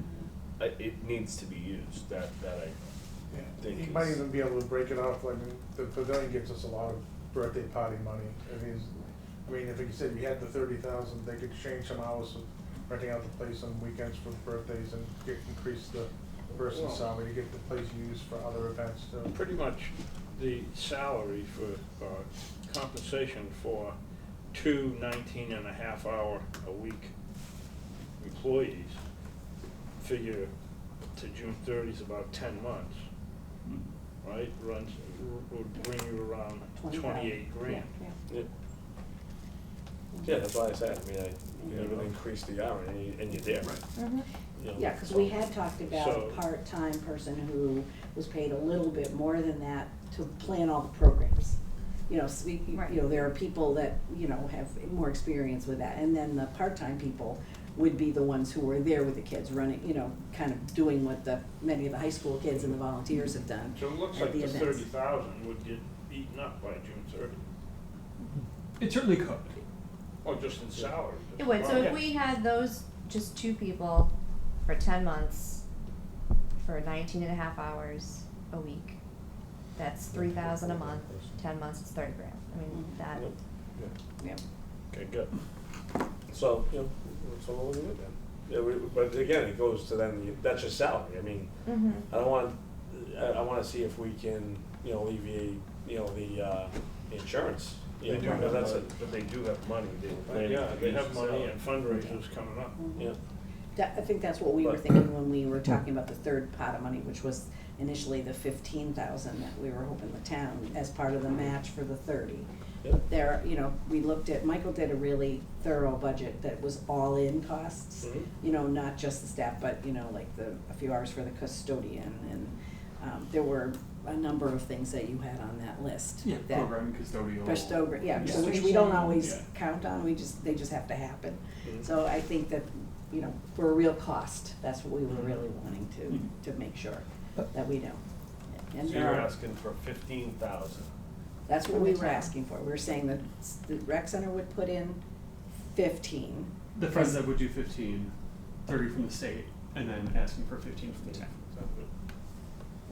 I have a question. Yes, sir. So maybe this is not the same, but wouldn't it be like someone who's cleaning the town hall, or we actually use the same person to do the bathrooms over at American Legion Park, but she has to have her own insurance and make sure that she has all the things here, and she's not an employee of the town. And are we saying that if they're opening this teen center up to start, they're gonna be their own company, like another contractor that works for the town? Will they just be contractors that work for the town? How would that set up? No, That's the issue. correct me if I'm wrong, they are contractors with a cleaning company. They're not, I don't know what their relationship with their employees are, but we pay a company, Right. and I don't, how they pay their help, I don't know. But Would that be the same for them to do that? No, they can't do that. No. Because they're eventually gonna be town employees. They have to start as a town employee. And until we get to town meeting and get this voted on, that's where we were thinking the 1099, because we, as the Friends of GYCC, could pay this person and not have the town pay the person, because, right, it hasn't been agreed that we're going to be under the town. Right, so we're trying to do a couple different things, right? And they have their own insurance. And we have our own The insurance. town accountant was, one thing she was sure of, that 1099 employees are illegal. Can't do it. For that From- particular use. For that particular, and it might be a sake of refashioning the job. So there are IRS rules about what's a contractor versus what's an employee, and you can't pay somebody as a contractor just because you don't want to pay their benefits. The Department of Labor. So, yeah. And part of it is answerability. I mean, I'm a contractor, I'm in real estate. You make your own hours. You make your own hours. And your Some general aspect on job function, exactly. You're mandating that these people be there, or two people be there from 2 to 6. 2 to Yeah, 6. yeah. Right, Okay, whatever it was, yeah. right there, that's the point. That's why the Correct. attorney's saying, you can't say to someone, you have to be here from 2 to 6, but you're just a contractor, because you're not, you're an employee. That's why. The other thing we have been investigating, we just haven't seen the proposal yet, is outsourcing it to the YMCA. Mm-hmm. Because they have employees, they have insurance, they have everything. So would they have 2 employees that, oh, that's you, that's my ringtone, as I was like, oh my God. That's something that we're investigating too. Similarly, paying it as a vendor, not as employees, if you will. Yeah, I like that idea. So couldn't they make up their own group as like a company, say the teen center company is coming in, and let them pay their employees how they see fit? Couldn't they do it like that? They're still gonna have to pay for all the insurance. But that's on us, not on the town. But that's kind of like Right. one of the advantages of Park and Rec would have been that the payroll could have gone through them as well as the School committee insurance. can license the space to this group. And we'd like to move under Park and Rec in October, when and if it gets approved at town meeting. It's basically going from now until October, that we need an avenue to pay some lovely people to come and hang out with our children after school. Do you have people in mind, by the way? I don't know if we have any. We have haven't job posted descriptions, anything. but We haven't. We're trying to figure this, we don't wanna hire someone or get to thinking that they have a job, and then for us to say, well, maybe in October, maybe in November, maybe in December. I mean, I just asked because of your point that I don't want too much time to kind of go Right. by. Yeah. In addition, I know that, certain people would like to see it open and, have a nice event, invite, our state, reps that helped us, Mhm. get, all that kind of stuff. I think we need to, regain that momentum, so. All right, so what are the next steps here, Mike? I mean, what are, I know you had the meeting, Ed has a, proposal, you guys talked, I mean, what are the next steps here? There's a lot, it seems like there's a lot of different options here on the table, but which way are we going? Well, Outside of Parks and Rec, of course, we have to wait for town meeting for that. we have to, it would be easiest and best to have it an appropriation for the full amount and, do it as general fund money. All these different pockets of money.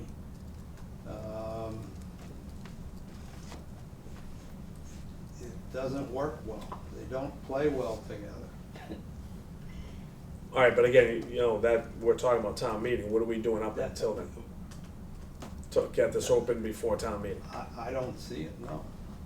Would, and back to our conversation from last week, would we, if we could come to an agreement with the school committee from the town's perspective, would it be okay if we were to license the space, we being the Friends of the Youth Center, license the space, we figured out the employment aspects of it all, it's not a town employee for the next 3 months or whatever that is. If we can reach an agreement with the school committee on the space and the hours and custodial and all that. We can't pay salaries. Right. The town can't pay salaries. But would that be acceptable to the town? Is that a way to figure out the next 2 or 3 months, I guess is what I'm asking.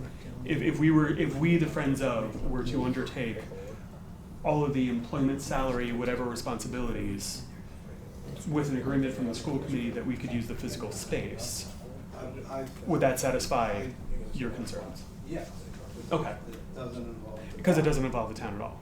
Okay. So I guess what we would, so if we, the Friends of, can figure out the next 2 or 3 months and get the doors open, I guess we would love to figure out what happens come fall town meeting, kind of what happens the day after fall town meeting, Convert them to part-time town employees. and what would be involved in that process. Not And exactly, no, you Yeah. can't do that. You have to post positions and go Yeah. through a hiring process. To repost. And Again. and these part-time 1099 people, they have to sign something saying, I have no guarantee of a Right. job. After Right, X right, period. right. Well, we could probably say it's a 12-week. It's just like a it's grant like funded job. Yeah.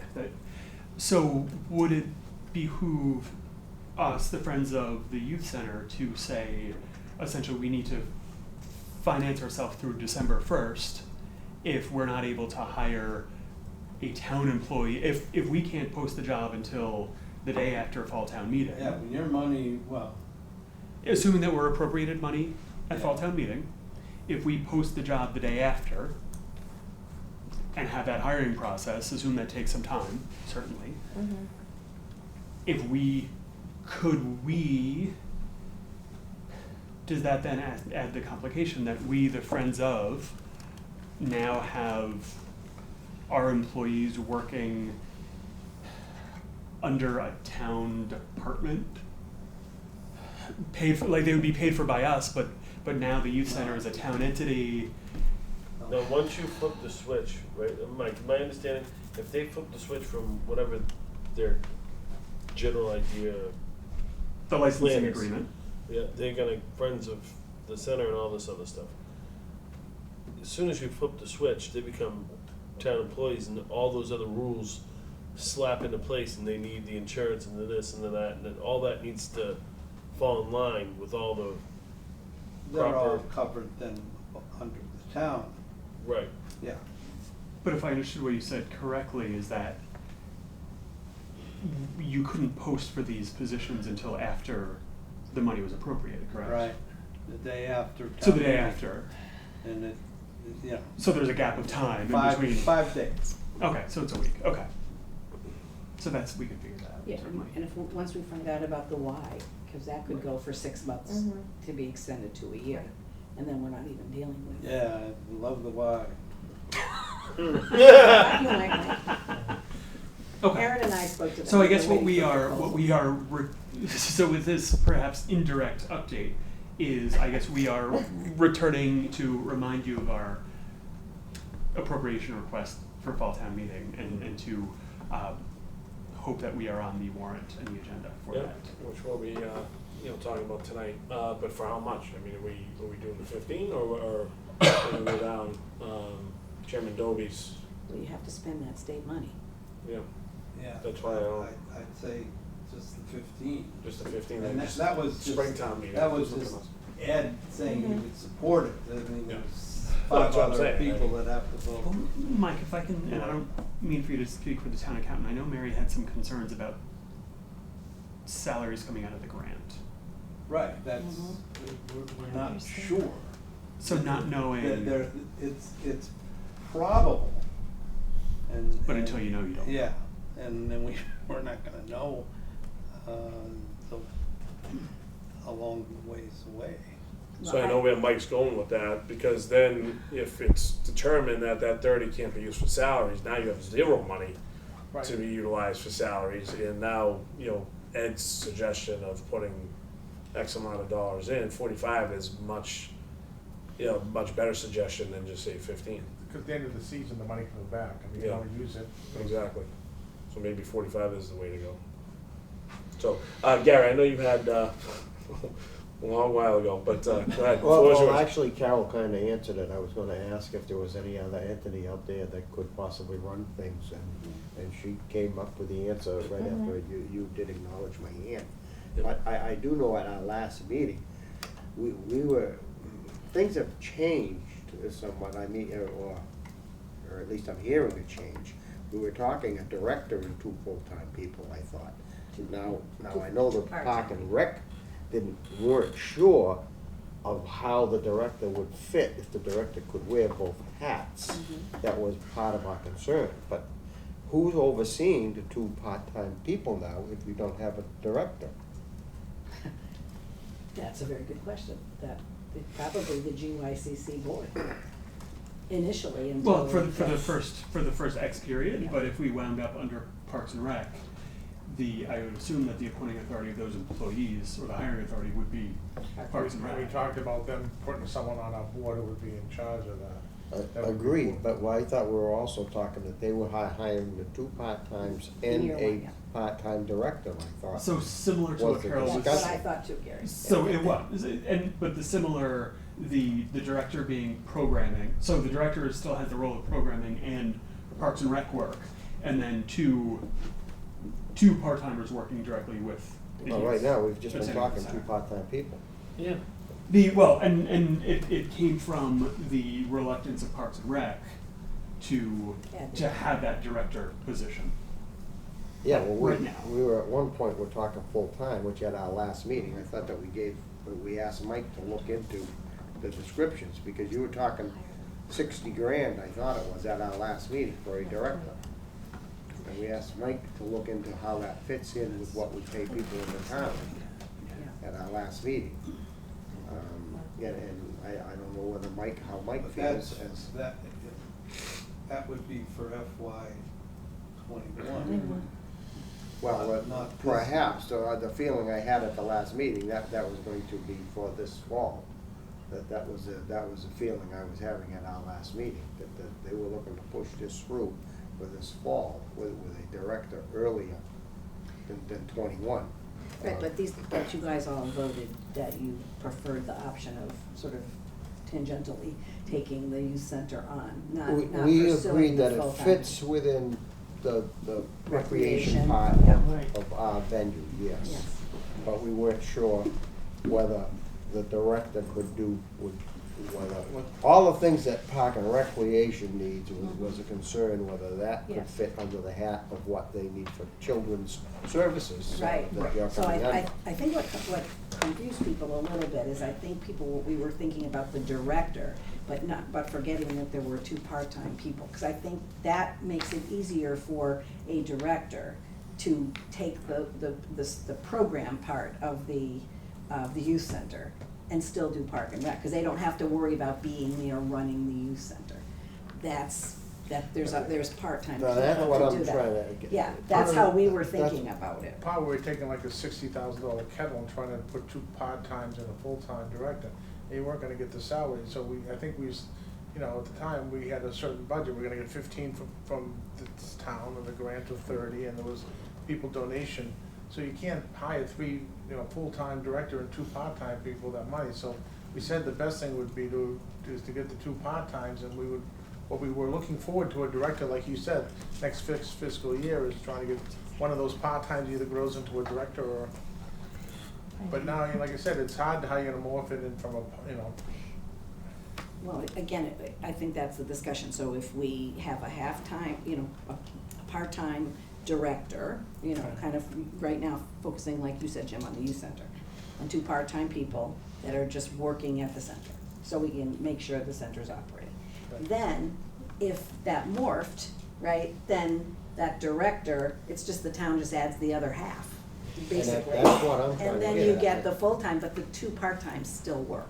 Now, I'm trying to get at real numbers for going into the fall town meeting. I mean, if you feel that For this director is number. needed, then we've gotta be talking about that, not just the 2 part-time employees. Well, we were talking about, we were working with Tina Los, who's someone who's been helping us with another grant we provide, and she's been working, and she said that if it was just at the youth center, she would not call it a director. She would call it a, what did she say? Program, yes, youth services coordinator. Okay. And then the two part-time people would be activities coordinators or something.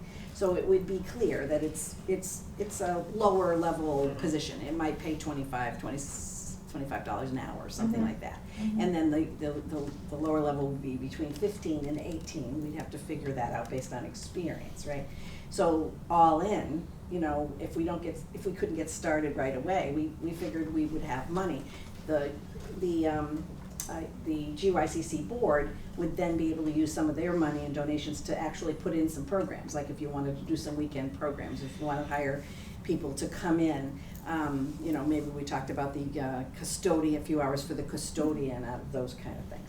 But that's what we were thinking, is the combination of the $30,000 grant plus the 15 from the town, and then the remainder coming from GYCC. So that's what I see we need for the fall town meeting, is we need to figure out then 3 positions. For the sake of math, if you had a 25 and 2 18s at 19 and a half hours each, then you'd be in 10 months, you'd be at about 47 to 48,000. Well, we need to figure it for next year also.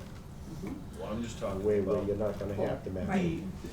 Well, I'm talking about Yeah. getting from point A to point B. Yes, We agreed. also have a spring meeting, Yeah, right? So I don't know that I want to allot $60,000 or $70,000, not knowing how this is gonna go. Right, which If is we what come we to the did. spring We did. and they're having raging success over there and things are going great, then we have something to measure. Right, and then we have time to work with Park And and then, Rec about yeah, I what mean, would it look like. at some point here, somebody's gonna adopt the child, and I get, I'm just, I mean, Yeah, you're right. it's either the school, or it's Park and Rec, or it's somebody, because And this, the Park and Rec put ourselves out there, if it Yeah. was chosen to be us, we would accept it. and that's one of the things I think I don't know if we needed here for this board to decide that it does fall under there for the insurance purposes, because that was one of the questions back Yeah, in the I think beginning. it's a big And the one. Park and Rec was open to that. Yeah. I have to say, I think we all really appreciated the opportunity to have a conversation with Park and Rec. I think everybody, we had a good discussion, right? Not everybody agreed, but I think we discussed the important things, and it turned out that I think we had a very, you know, good, amicable, arrangement. And just the fact that almost everyone's here tonight from Park and Rec, I think is awesome. Thank you guys for can I ask a coming. question? Sure. You've raised how much to date, not including, never mind expenditures, total donation raised, Between 6 and 7. okay, and you're anticipating this event It's a little closer to 8. to raise, best Between case, 4 and 5. I was gonna say 5,000? 3 to 5. Yeah. okay, so about Mhm. 4,000, so you're gonna be 11 grand, okay, in 6 months. And other people And have we asked haven't- us. And we really haven't even Right. done So we just, a whole as lot of of, fundraising No, I at this point. understand. from I'm our just- organization perspective, about 2 weeks ago, we got our 501c3 status. I mean, so we're also backfilling the Friends of group to be able to actually ask people for money, because right now, up until now, we've been under the PTA, they've been our fiscal sponsor. Correct. So it's been awkward, you know, hey, you wanna support the youth center, give the money to the PTA, and somehow it's gonna trickle over, and Right. It's legit. so now it's the Friends of the Georgetown Youth and Community Center going out and raising money to open the center and to continue operations. So we are fully expecting our fundraising efforts to start kind of now, essentially. And when we say 19 and a half hours, it's most likely 13 and a half hours per these employees to run 3 days a week. So to answer your question, Gary, about how we're gonna fund this, it's really 3 people at 13 and a half hours, 1 at 25, 2 at 18. That's how we mathematically got to, between our money, the state money, and some town money, being able to run this between now and the end of June. Yeah, I am thinking though that the 2 part-time people, pretty much 2 people need to be there at a time, Yeah. okay? Oh, yeah, So, right, so Yeah. it could be the director and one other, depending on how they schedule it. So But I'd rather- just for safety, you need 2 people. And in using there. high school Three- students too. Yes, Yes. a part-time director. You have a coordinator. Oh, no, I thought. Coordinator, sorry, you're Program right, you're right. coordinator, and then an Sorry. activity coordinator. Right, well, no, I thought. Two Yeah. activity coordinators. Right, so 3 people. Right, well, I thought you had added 2 more people to it, that's why I was. No, We're looking for 8 people? We're looking- No, we're Of not. course you were. All right, folks, what are the next steps? Because we gotta. So I think at the conclusion of this is if Mike is comfortable with the Friends of the Georgetown Youth and Community Center licensing the space, working out an agreement with the school committee to open the doors with our own staffing from now until fall town meeting. Mhm. If we could, we would love an appropriation for the town of our original ask of 15. And Whatever you decide. I'm sorry. 45. Yeah, we have to probably be on the safe side. I mean, I won't say no to 45. Yeah, I know. 45. If you said 45. And to be under And to be Parks and under Rec. Parks and You know, Rec if for you're the talking about purposes the of point, we have to spend being a that, town and entity. it could reach Right. town money. So, let's continue to the communication For FY. and, well, we'll have to figure out, as Gary said, we'll have to talk about, numbers in terms of what we're gonna put on the warrant. But again, that was Chairman Noby who recommended that, and maybe it's 45, maybe it's less, who knows? We'll talk about that. And But again, my concern is if, for whatever reason, that 30 comes in and we can't use it for salary, we have to make sure that we can cover what that expense is. So we have to make sure we understand what that expense is, if we could use I no will call dog. Bruce Tarr's office tomorrow Yeah. and ask, because they'll know. And we have, I've shared our budget with Mike and they can certainly be shared further, just to put actual numbers on paper. Okay. All right, fantastic. Thank you, guys. Thank you. Thanks all. Thank you. Appreciate it, Sean. Janet, that insurance was okay, right, for the, all right, you can reach out. Yeah. Hurry up, leave! Get out of here! Yes. I think it was for the event. Thank you, everybody. No, yeah. Have a good night, all. What are we gonna have at the fundraiser? We're gonna have food and drinks and live band music.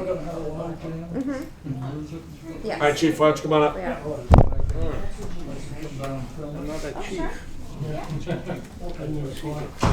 Yeah, well, I was just, Yeah. I'm not good at this, the Yeah. whole thing. It drives my wife crazy that I don't know, like, when someone, is trying to, you read lips, I can't read lips. And I'm not that bright when it comes to that, so. No, I just. So welcome, Chief. Well, thank you, and I apologize. Just want to bring. There isn't any, that's why I was asking. Bring the board up to speed on the 9/11 ceremony that we're gonna have on Wednesday that everyone in town is invited to at 6:45. But prior to that, we're gonna have our annual open house. So we're gonna tie this all in together, one big event. So we're gonna be opening up the station at 4 o'clock. We'll have interactive activities, and we'll be displaying all our equipment and toys. There's gonna be a food truck on site as well, and there'll be a police officer display as well. And then at 6:45, we'll commence with our annual 9/11 ceremony to Okay. recognize that, so. Great. Looking forward to it. All right, thank you, appreciate it. All right, Chief. And if you got any Thank you. questions on the warrant, that's on there, so, I'll just send them to the audience. Okay. Okay. Sorry, I didn't realize Yeah. it's all Yeah, you. no, That no, was no. a long time to sit for that. That's all right, no problem. Like literally, I noticed you while we were talking. Wait a minute, and then I'm looking at the agenda, I'm like, Can I ask where we are with the truck and that? I mean, because wasn't there something on that for the warrant? Yeah. Yeah, that's why he's staying. Yeah, that's, yeah. For the Any warrant. Oh, questions okay, that you yeah. have, folks? Oh. Thank you. I thought he was, Nope. excellent, thank you. well, therefore, if you're staying, we can certainly, get to that, so you don't have to wait any Yeah. No, no further, worries. so. So just as an FYI for the board, if you look at the agenda, the request for support of House 2705, AN, Act relative to public funds, we're skipping that this evening.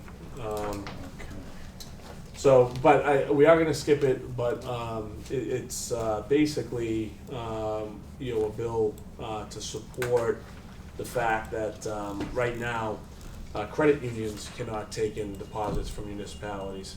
And we were asked to look at that and issue a letter of support for the House to consider. The problem is with Selectman Durney not here, anything bank related, myself and Selectman Twist can't vote that. You know, we don't know what side of the aisle our prospective banks would fall on that, so we would have to recuse ourselves on that. So we only have 2 folks here to vote it, so we'll have to wait for Selectman Dury to show up for the next meeting, and then you guys can certainly vote it if still applicable. Okay? Has that bill been passed? No, it's Still in in process. committee? That's why they were looking for a letter of support. Alright. So, okay. All right. With that being said, you know, under new business, since Chief is here, we want to set the fall town meeting and open the warrant, Mike, Correct. this evening. Okay. So when are we looking to do this? What's the date that we have identified? I talked with our new moderator, and he and I came up with the date of the October 28th. The last 28th. Monday of October. Okay. That gives us, it's still not a lot of time because we have to post the warrant by October 10th. So we only have one more regularly scheduled selectmen's meeting. Not to say we can't have an additional one, but it's gonna be a tight schedule. But there's not gonna be a lot on the agenda. The biggest thing, I guess, the Finance Committee wants to establish a special ed reserve fund. We can establish it. We have to adopt legislation to do it, but we also have to identify funding mechanism for it, and how much you want to fund it, and how you want to set up the rules of engagement, or some type of MOU with the school committee too. The first, step one is the school committee has to sponsor the warrant article. If there was a joint meeting, I thought. There will be when it comes time to spend it. You and the school committee set up the parameters on when and how it would get spent.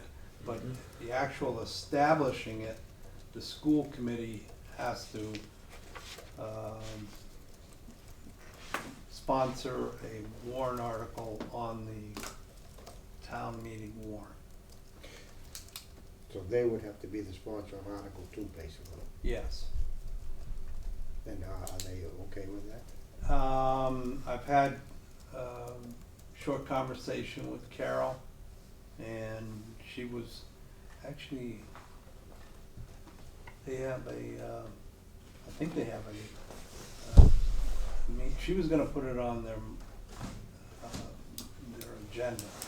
I think it's this week. Yeah, I think it is. So I haven't seen the agenda, but, and she feels, it was her feeling that the school committee would support a reserve fund, not a stabilization fund. They're 2 different things. Okay. A stabilization fund, it's called a special purpose stabilization fund. And the Municipal Modernization Act of 2016 allowed towns to set up special stabilization funds other than tax stabilization funds for any special purpose. It could be to buy a fire truck, it could be to buy a dump truck, basically anything. And it could be funded one year and not funded another year. That was gonna be my next question, with the funding. That has to be determined. A reserve fund, like a specialization, a special ed reserve fund, would work very similar to the Finance Committee Reserve Fund. It's in the town's line item budget. And the Finance Committee determines how and when to spend it and on what to spend it on. This one would be, it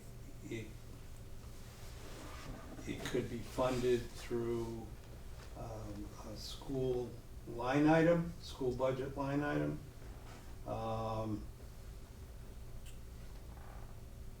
Out of the general fund. I don't know that they, because that would be either adding that amount of money to their budget or using money that's already in their budget and diverting it to a different purpose. I don't see that as, you know, their first choice, let's put it that way. So most likely it would be funded out of free cash. But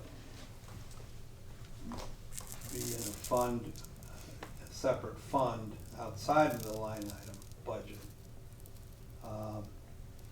And if it's a last resort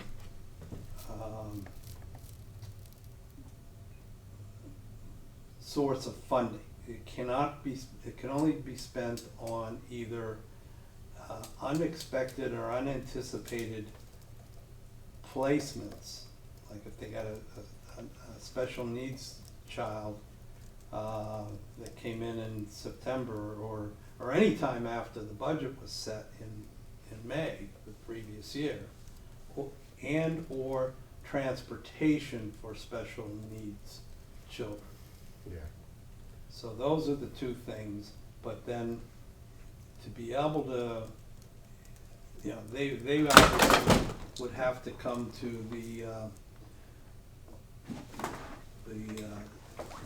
Board of Selectmen. Thank you, Chief. You're welcome. Mike gets excited. I didn't touch it. I didn't think I did. And that, at that point, it was already cracked. You ever see the computer held together with duct tape? High tech. So at that point, well, you also have to determine how much you're gonna put in there. Well, that's, yeah. You can't, there's a limit, 2% of the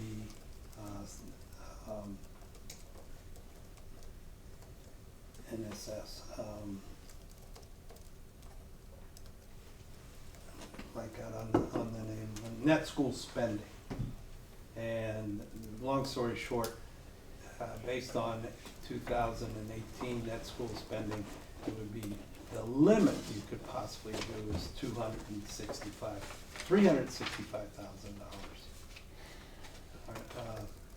So, yeah, net school spending was about $1.8 million, so 2% of that. But you don't have to fully fund it. Yeah. And frankly, I would probably suggest that we build it up over the years. What numbers have been suggested, if any? None. None yet?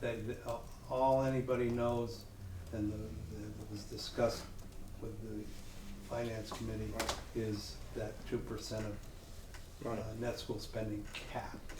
Right. Yeah, because, I mean, it makes sense of what it would be used for, because you could have a family move into town in the middle of the school year that had a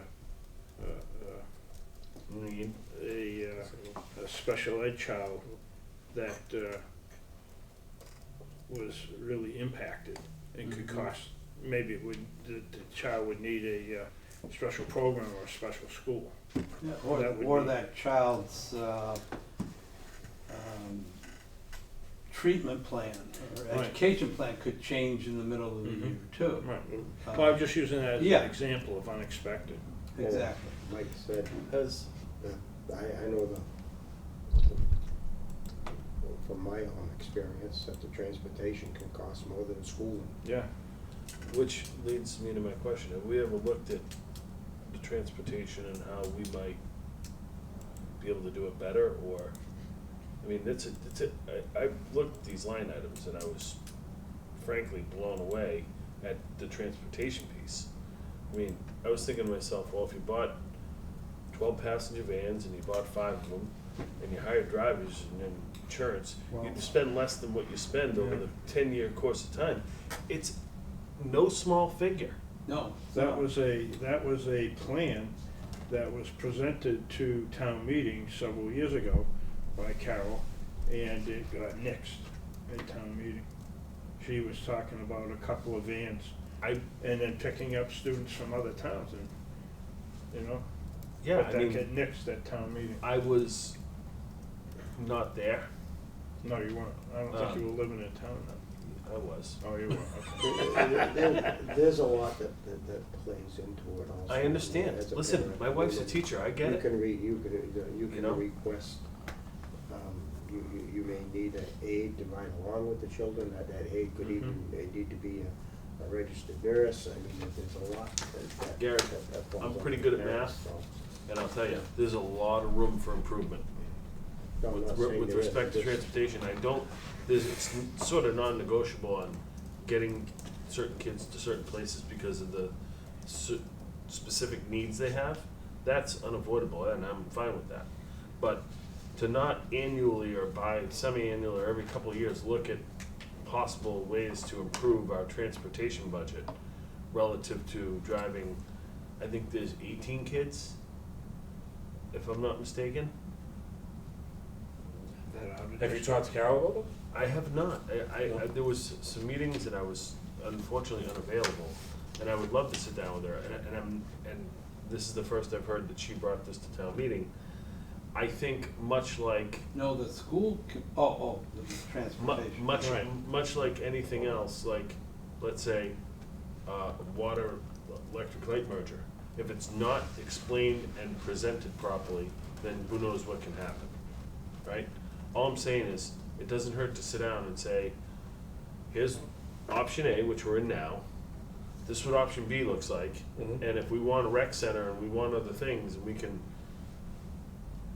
carve out some of the budget and move it and make room for other stuff. I'm sure there's a zillion things that we could find to spend that money on. I'm not saying that, it's not going to good use and getting the kids to where they need to be. When Carol did that, Doug, did she cite another community that was doing it themselves? No. Is that what she No, did? and she wasn't allowed to speak at the meeting. That's right. Okay. So. Mike, have you ever seen numbers? Left it to the school committee to explain. No, Have you seen numbers? I have not. But She probably has the numbers in her file someplace. Yeah, I'm sure, well, I'm not sure. I'm assuming they look at the cost figures for that because they can be so astronomical. But the one other, the last catch to the fund is, in order for it to be spent, the Board of Selectmen have to vote not unanimously, have to have a majority vote. Yep. And the school committee has to have a majority Now, vote. that was gonna be asked my question. This is the reserve fund that's on here. Yes. So that, yeah, like, if it was a stabilization, it would probably have to go back to town meeting. 2/3. But Yep. the reserve fund doesn't need to. Correct. Okay. So those are just majority So that's votes. the benefit of that. Right? Yes, majority vote of the two separate boards. Yep. There's no additional town meeting action. Good. So you feel that's a better way to go as finance guy? The finance committee does too. Okay. And from what Carol tells me, she thinks the school committee is leaning in that direction as well. Just because, yeah, we'd either have to call a special town meeting to release that money, or, wait till Yeah. either do it at a fall or springtime meeting. Well, I like the idea. I mean, it's always, good to try and plan and maybe having some reserve funds for situations like this, as they can get quite expensive. If you look at some of the cases we have now, there are some big numbers, in that budget, so. Yeah, but it's I not, like the it's not idea. for expenses they already know about. Right, no, agreed. That's what I'm saying, to your point, if someone comes in to town, or if no one kind of, knew about it, rather than, banging that budget, which is just the school budget, now you have some funds that you can, come back and say, hey, we have all these funds, here's the case, here's what we would like to do. It'd be nice to have something like that we can kind of lean on, so I like the idea, certainly. I know that the legislature has talked about this transportation issue for years, but nothing has really happened from it yet. Yeah. But it'll just sew your pockets up. Right. Yeah, no, it's no drain small them dry figure. quick. Yeah, I mean, in David, maybe we tackle the issue of transportation, as time goes on, whether it be yourself, you sit down, or if you want, you have a couple of people, either, maybe yourself and Ed, someone from FinCom, sits down as well, maybe Mike's in that meeting, maybe you have some way of kind of looking at it. I think we're always open to different ideas, so. All right, so Mike, we just need to open the warrant tonight, and then what else, we have to discuss Well, anything on Article 1? Yeah, I'd like to Yeah, go ahead. talk about Article 1. Sure. First and foremost is making arrangements for the final payment on the fire truck and purchasing the necessary equipment. When we got the quote in the spring, that included a 10%, Fred? $10,000 discount for a one-time payment. And we're not allowed to make advance payments. So we paid them what we had out of the insurance proceeds, but the truck, we need, actually, I thought you told me it was 25, Fred. It actually went up $400 after, because originally the truck was spec'd out at $555,000, and it was We had 530, right? 530, but then minus the 10, we put it at 545. When we went out to Nescahona back in March to do what they call a pre-build, we basically sat with the engineer and went through the spec. And when we made a couple of changes, there was like $400 more to the price. That was it on that. After we made a change here, but we went back with something here, so it just would have came out to an additional $400. So No, I'm sorry, 900. We need 26. $25,000. Right. Yeah, but there was another. to pay for the truck. Yeah, $400 or $500. Plus, Yeah. And $75,000 for hose, literally bells and whistles. That was known last spring. Right, but didn't we had replacement costs on the truck, right? Yeah, then what the insurance company. Not the equipment. No, right. But the insurance company valued engine 5, replacing engine 5 at $531,000, and we had $1,000 deductible. And you had what? $1,000 deductible. So the check was cut for $530,000.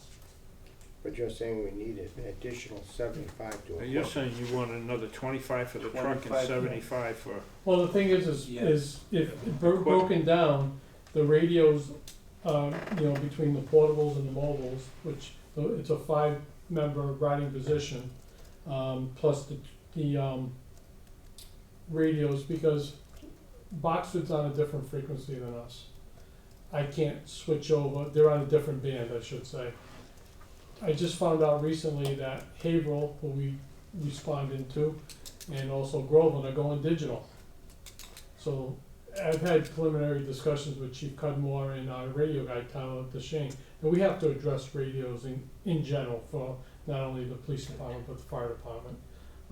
And there's $10,000 for mounting of equipment, and then the equipment itself, replacement and upgrading of equipment. And that included the hose as well. Didn't we, at a recent town meeting, approve spending money on new radios? I thought we got a grant of some type. Was it a grant? I have a grant. I know there were radios someplace in recent history Okay. that were supposed to be new and solve some problem. That might have been before me, because the only radios that, Wasn't before you. no, No, we I'm got, just- we got radios for the 4 new full-time firefighters. what was for them? I forget. Doug, So I'm what not does it, sure. what's the cost of The a only radio? thing that I have out there right now is, we wrote last year, and they were starting to award the 2018 AFG grants, and we put in for portable radios. I don't know if I'm gonna get them, but the awards are coming out, because the new, from what I understand, the new window to apply for the 19 grants is coming up in October, so the money's kind of rolling out pretty good for the 18. I mean, I'll research that. So maybe you applied for a grant that would include radios, but you didn't get radio? I haven't, right, I'm still waiting. We'll have to look at that. Yeah. I just don't want to appropriate more money on money No, we no, already right. appropriated. So this money would come out of what, Mike? Free cash. Free cash? Um, What's the balance of free cash right now? We're still finalizing it, but it's gonna be in the neighborhood of 800,000. 800? Okay. And we need to discuss the disposition of 150,000 of that, which is from the cannabis facility that we got this year. And I have to go back to our Springtown meeting, but weren't we planning on trying to refund something if there was some free cash there? On either capital or stabilization or something, or OPEC, one of those? Oh, no, that was for the, are you talking about the local excise tax on cannabis that we're gonna put in into the cap No, on OPEB? we had kind of a joint meeting with the finance board to, remember we were really finalizing that last part of the financing, and we wanted to put something in. I don't know if they wanted to go with quite that much, and so we said, well, we'll relook at this when the free cash is recertified in the fall, or at the next, it might have been at the next Springtown meeting. I questioned them about that because I wasn't at the meeting. Yeah, you weren't. Their preference is to wait for the Springtown meeting. Okay. And do it either at the annual Springtown meeting or the special Springtown meeting. One of the two. So it could still go into this budget possibly at the Yes. Springtown meeting if needed. Yeah. So the 150 that we have to talk about, what are we thinking? We haven't discussed it. I think that should be on the next agenda. Yeah. Okay. Which From Michigan, that we got in May. 150,000 on the medical. right, but that's, yeah, that's going in free cash. Right, that's part of what is being certified.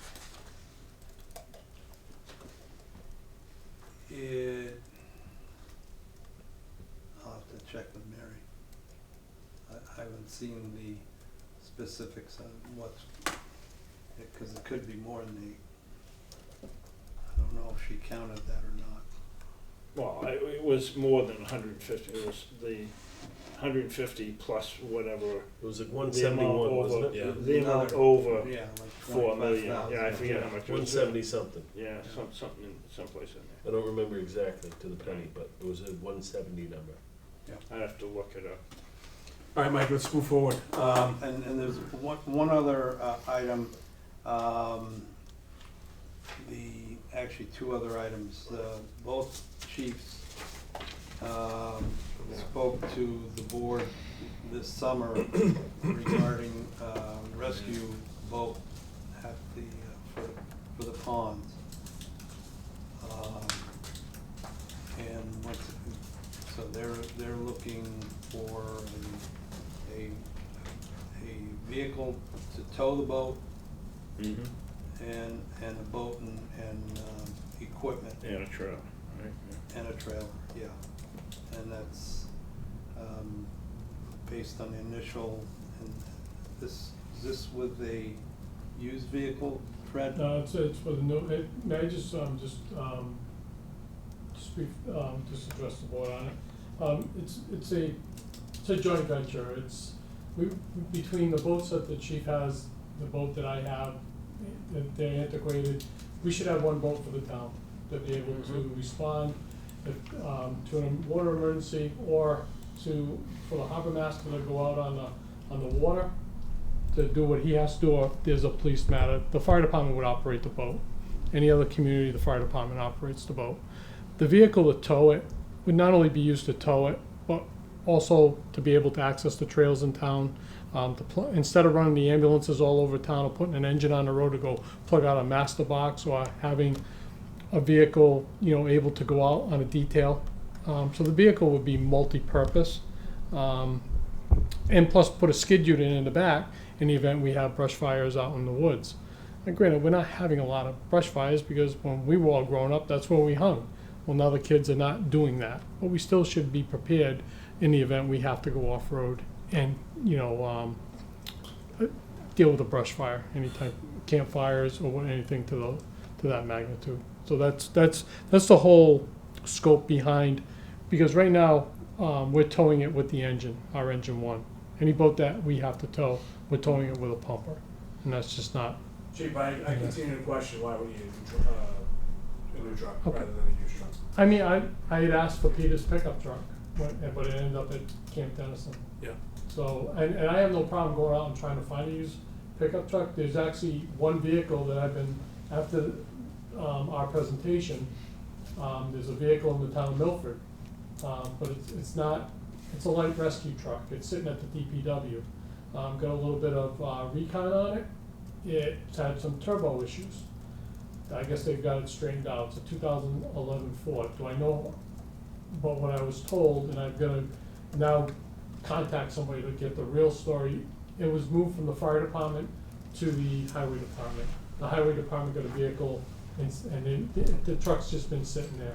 It's So the are you highway- talking, Chief, about a pickup truck that would just be a pickup truck, or does it No. need to be? Well, we use it, it'd be a multi-purpose. It would have a skid unit, which is, a skid unit has a poly tank of approximately 125 gallons with a small pump on it, to go in the woods and put out brush fires. So this skid unit, you can take it out during the winter. Today, we did our annual hose testing. One of my members used his pickup truck to go get the hose out by CAI on Martel Way. The spare hose that we had that needs to be tested, because a lot of that hose was off of engine 5, which is gonna go, some of it's gonna go back on the new truck, the newer stuff. So the truck would be multi-purpose. It just wouldn't be used to sit in the station to tow the boat. See, originally I just thought you wanted a pickup truck to, put, hitch, No, on and no, so it's- tow the boat. it's- You're talking about a it's- specialized pickup truck here. I'm talking about getting a 350 or 450 pickup truck. Yeah. And put a skid unit in the back. Yeah. So that way there we can, because this rail trail is gonna be coming through, it'll be a single axle, because dual axles in the woods don't work. So there wouldn't be a lot of weight on it to be able to run up and down the rail trail in the event we had an emergency on the trail. And also access the state forest, and also the trails up off of North Street. Okay. All right.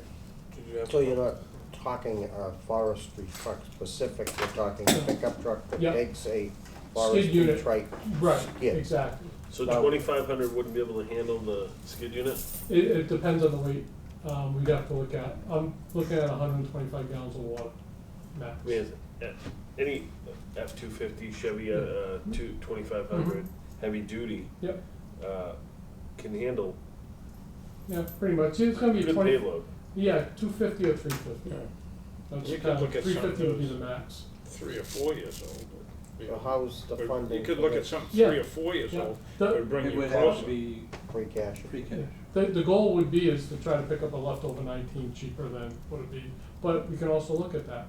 Just wanna get something that's gonna serve the town and not buy some, if we go the used route, not buy somebody So else's. how much was that coming to? 100? 100. No, the. Oh, no, 75. 75. How And are, these are based off of quotes that we got, 75 for the, Boat, truck, and trailer? yeah, and the skid unit. and the skid It's in unit? the skid unit. Yep. how are our neighbors on the forestry? I thought I just saw a new one in Byfield. Looked fairly new. Byfield, they've got a couple of trucks. Boxford bought it, what they call a brat, that I believe, and don't quote me on this one, was about $80,000, specifically used to go off-road. Because when we had a small brush fire at Camp Dennison last year, we called them in. But that's a specialized truck. It's got the specialized tires to go off-road. It's got the crash bars that built around the truck. So we do have help with that. Yeah, yes, yeah. But if we're gonna go that route, we might as well utilize it and kind of use it multi-purpose. Instead of just buying something that's just geared towards that specific How use. is this skid for putting in and out? I mean, would you got a place in the building where you'd slide it out? Yep, yeah, we could put it on 4 horses. Okay, I've used them in the past. yeah. Yeah.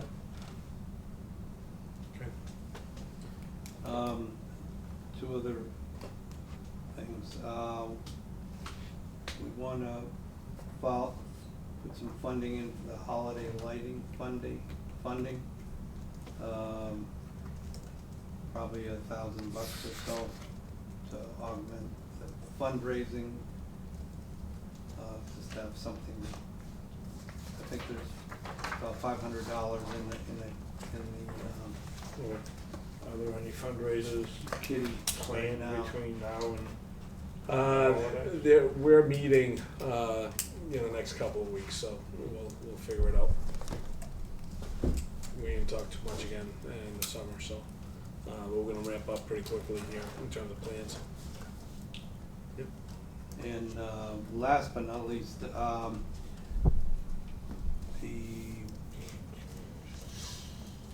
public safety building, the chiefs would like to see a feasibility study started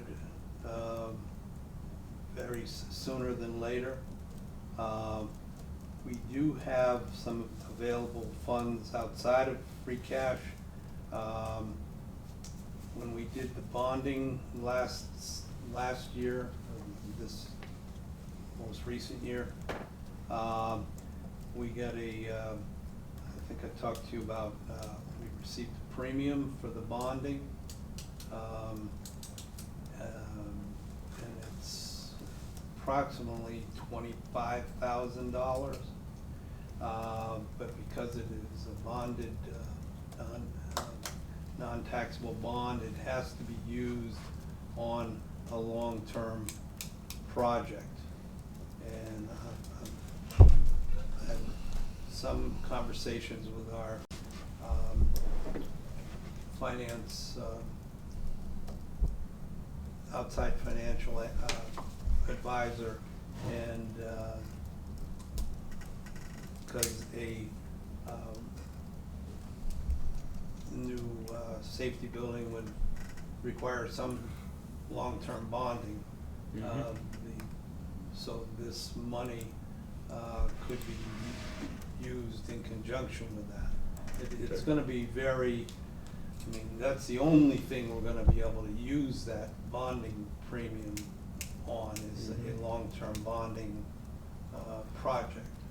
So that's, as far as we can see, that's probably the next next thing Right. on the horizon. Yep. So you said that was about 25,000? Okay, and that's for a feasibility study? At least the beginning of a feasibility study. Yep. So. Okay. Well, I know the whole thing in Raleigh cost 11 million. Yes. Question to But that? that was for new. Yeah, it was a brand new fire station, and I recommend that you folks take a ride over when you get some free time. Chief Broderick, more than happy to give you a tour of that station. He did a phenomenal job because he not only looked at today, he looked at projected out the next 25 years. Looks great. With I mean, it's, and even the police station, I never went in the police station, but that was a major addition renovation, which was about $5 million. So we were looking at $11 million for both projects. Okay. Commercial break. Commercial break. Commercial break, all right. Whoop, we went off air.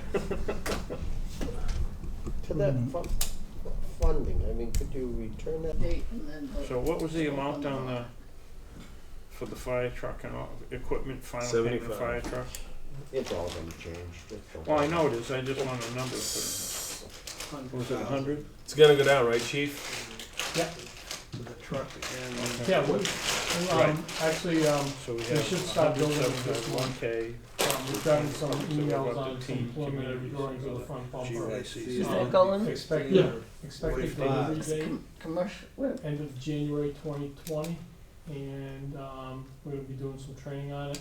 I've Do asked we have to our vote, sales we don't rep have to to vote on have that it amount. on display at just the open fire it chief's up. And this is conference. Why don't you make the, in Set the Worcester, date. the July. first week of March. oh, we are live? Yeah. We live? Fantastic. Thank you. Oh, we got Didn't blinking realize. lights. All right. We're not Sorry. live, No, that's okay. All right, let's make the motion.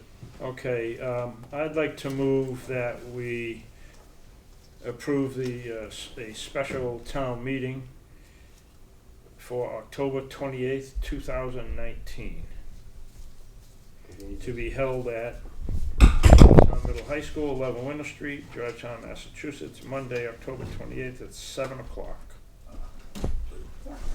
On the following, currently on the articles, adjustment to fiscal year 2020 operating budget, and to establish a special education reserve fund. Okay, we have a motion, we have a second? Okay, we have a motion, a second, discussion? So this is to open. Just to the warrant. open it. Yep. Any other further discussion? that was Do to I have set the date. A closing date of the, warrant too, When is that? the 23rd, The 23rd of this month? yeah. So Okay. we're leaving it Yeah, open 'cause it 2 says weeks. it's gotta be posted before our October meeting. Right. Okay, and the warrant will close on September 23rd. 23rd? 2019. Okay. I just got stabbed here. Second. Okay, so we have a motion and a new second. Further discussion from there? Okay, if not, all those in favor? Aye. Aye. Aye. All right, fantastic. It's open, so anything that wants to be brought up, September 23rd is your date, your cutoff date. All right. Anything else on that, Mike? No. All right, fantastic. All right, why don't we kind of go down, and then we'll leave National Lab for last. So minutes of August 12th, 2019. Anybody have any comments on that? I didn't see any. If not, can we have a motion? Motion to approve the minutes from August 12th, 2019. Second. Okay, motion is second. Discussion? If not, all those in favor? Aye. Aye. All right, we got some correspondence notice from the town clerk of the resignation of Steve Sadler from Economic Development and Bruce Trumbull from Hazard Mitigation Committees. So thank you to both gentlemen Thank you for all. your help. All right. I think going down the list, that just leaves Selectmen's report. Mike, National Lab update. Affordable Housing Trust grant. Did I miss something? Affordable Housing Trust Grant. Yep, why don't we do that first? Thank you. 90,000. So on the Affordable Housing Trust Grant Agreement for approval, All right, so can we find this in this paperwork? This is,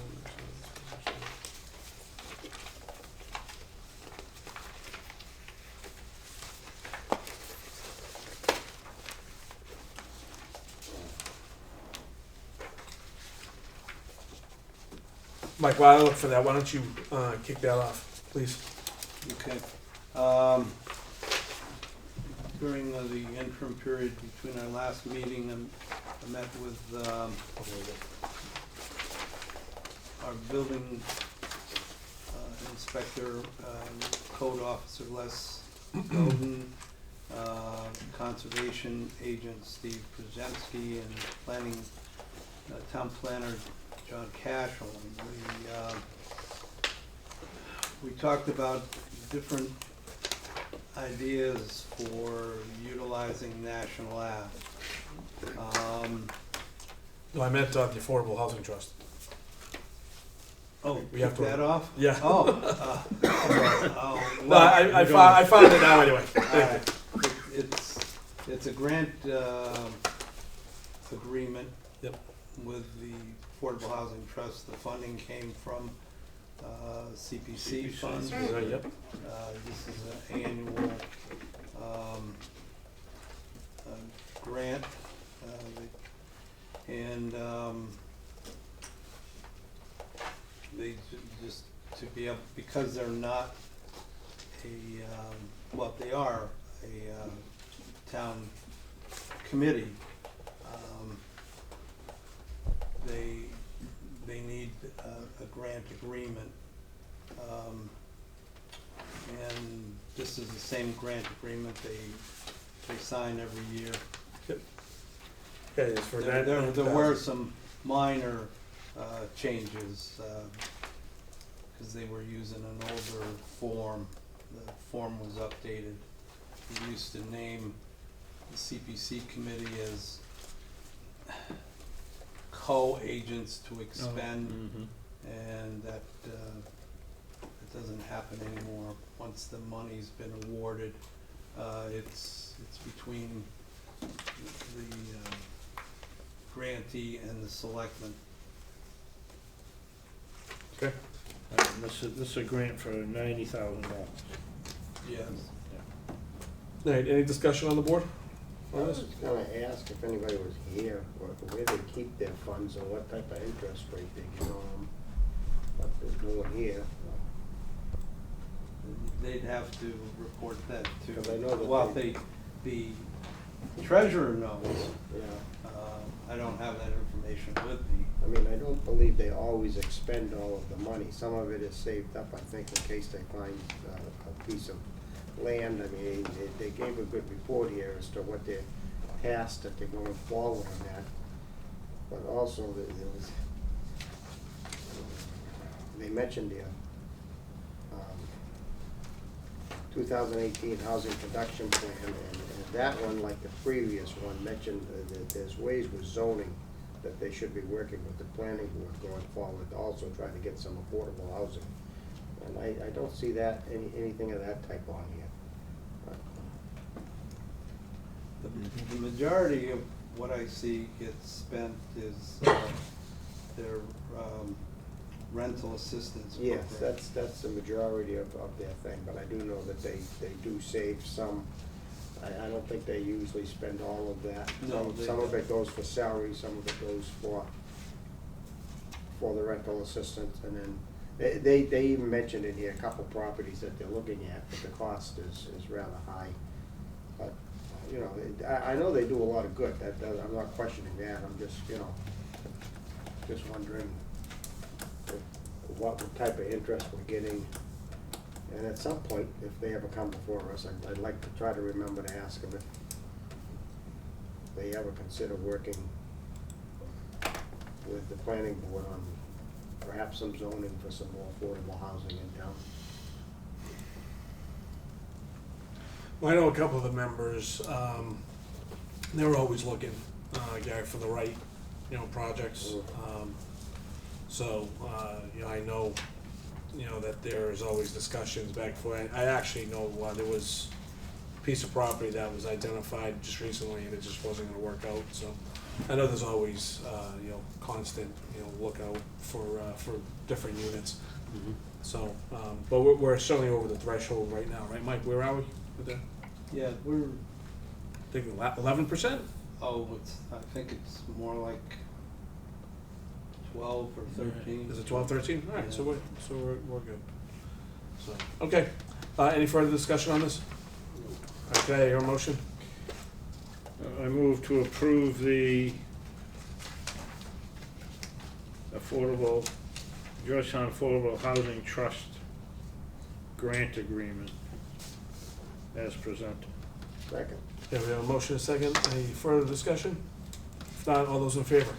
Aye. Aye. All right, Mike, now you can take it away for National Ave. Okay, well, Gary, it's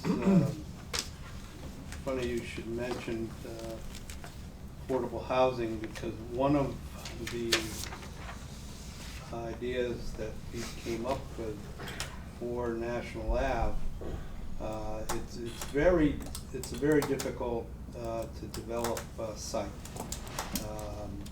because of conservation, planning. If we put a 40B site out there, all those problems go away. We don't have to follow conservation. We don't need planning board approval. And it's probably one of the highest returns for that land. Well, that's just one of them. But the consensus of the group was it makes all our problems go away. Most of them, especially, and the biggest one is the access. We need 200 foot of access to get in there, and we have barely 100, and that's just on the smaller piece of property. So that was probably one thing that the four of us agreed to. Which four was this, Mike? Which four, you and who else? Les, Steve, and John, myself. Planning, zoning, and conservation. Okay. Now, we didn't talk to any of the boards. This is just a staff. Yep, no, I got you. Yeah, that's what you were asked to do. Right. Yeah. Yep.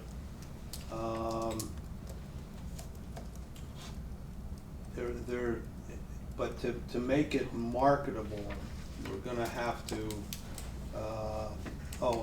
and the other thing we talked about is expedited permitting for any kind of project. That's really just a myth. I just have to ask you the question then, because, correct me if I'm wrong, and if I'm wrong, I'll stand corrected. But you sat in this very room last meeting and told us that if it was for town purposes, that would go in no problem. Yes, town purposes. Okay, so my question is, how is that not discriminatory when you take into effect that we have a piece of property that the town owns, that they would like to convey to someone who has some interest in doing something there? And I have pictures on my phone, if you'd like to see them, of along the access road and on the way in there are at least 4, if not 7, bridges or wetlands crossings that have been built. That, to my knowledge, 18-wheelers go through there all the time. And heavy dump trucks, Tamira, and every other truck that they have. So, I just need to understand, if we wanted to put a municipal building out there, let's say we wanted to put a brand new fire station and police department out there, no problem. We're gonna build bridges and everything's gonna be all hunky-dory and up it'll go. But to get through that same access point to convey this land to someone so they can do something, we can't do that. That's the understanding. It has to be for a public purpose. Okay. What did you mean by a myth on expedited permitting? There is such a thing as expedited permitting, but it's, they only have to give a decision in 60 days. That's the whole, but the myth is, they'll give you a decision, but it'll be a denial. I thought I remembered something working into 6 months on that, not 60 days, but No, when it well, was presented at the town meeting.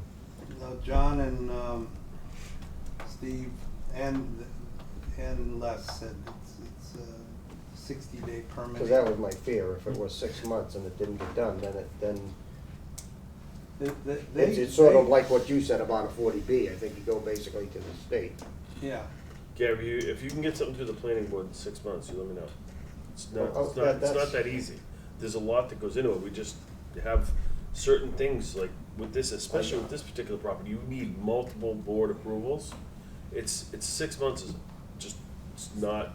Well, that's why I'm trying to understand what expedited permitting was. He's explaining it different than I remember it at town meeting. Well, they have to have, in order to do that, they have to have joint hearings.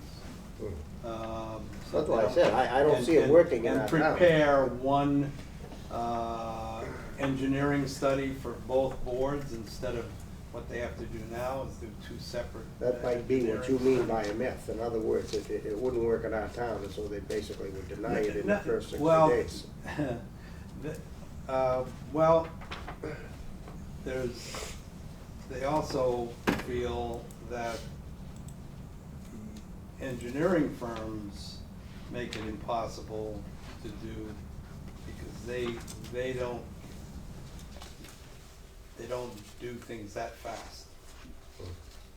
Or you can't pay them enough to do things that No, fast. I'm not trying to lay a blame anywhere. I'm just trying to understand it and how it works. That's basically what I'm trying, you know. That we as a town, I thought, approved an expedited permitting for that area.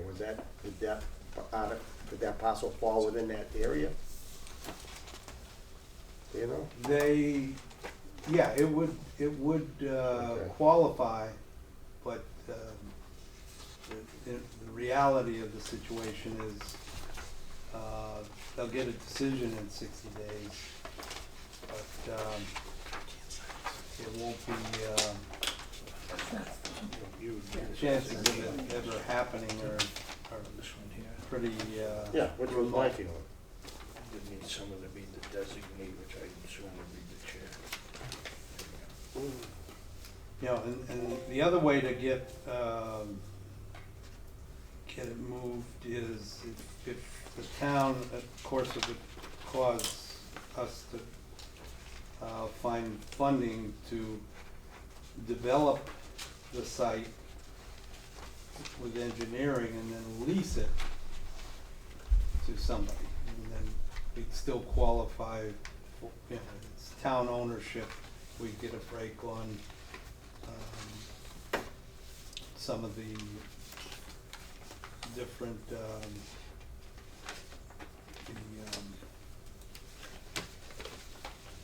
bylaws, zoning, things like that. Would there be restrictions to sell that property after we did that?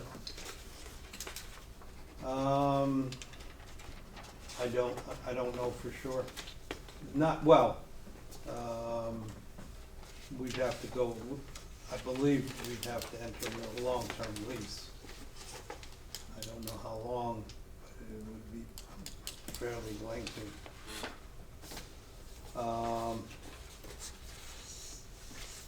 And we could just sell, maybe, sell the back lot to do developing for the big lot.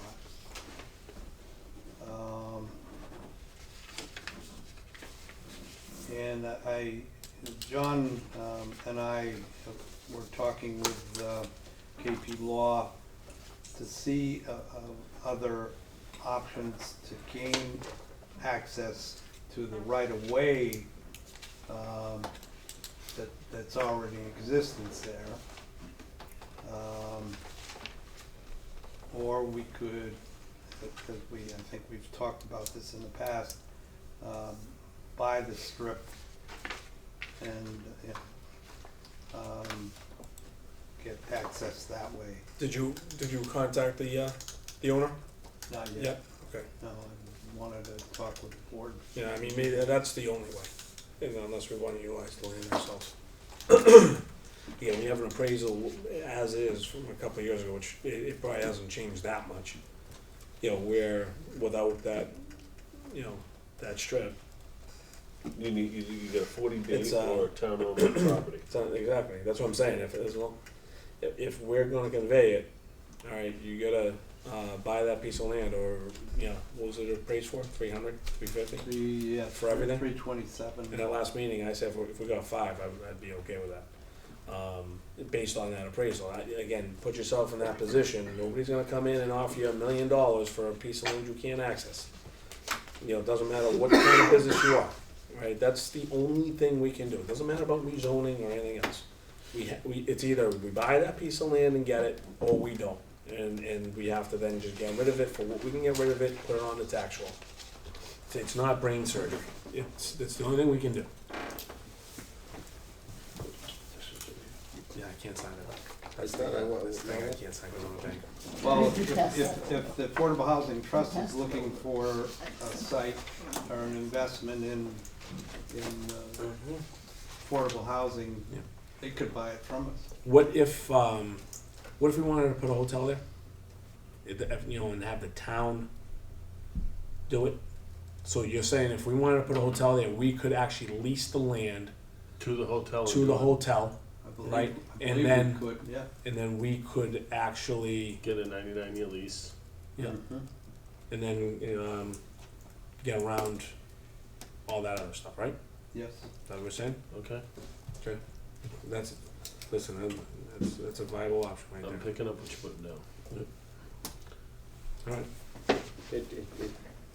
And the other, oh, go ahead, Gary. I was wondering what you meant by the best bang for the buck would be the 40B. I mean, in what way did you, it's just that's the easiest way to get through there is, or?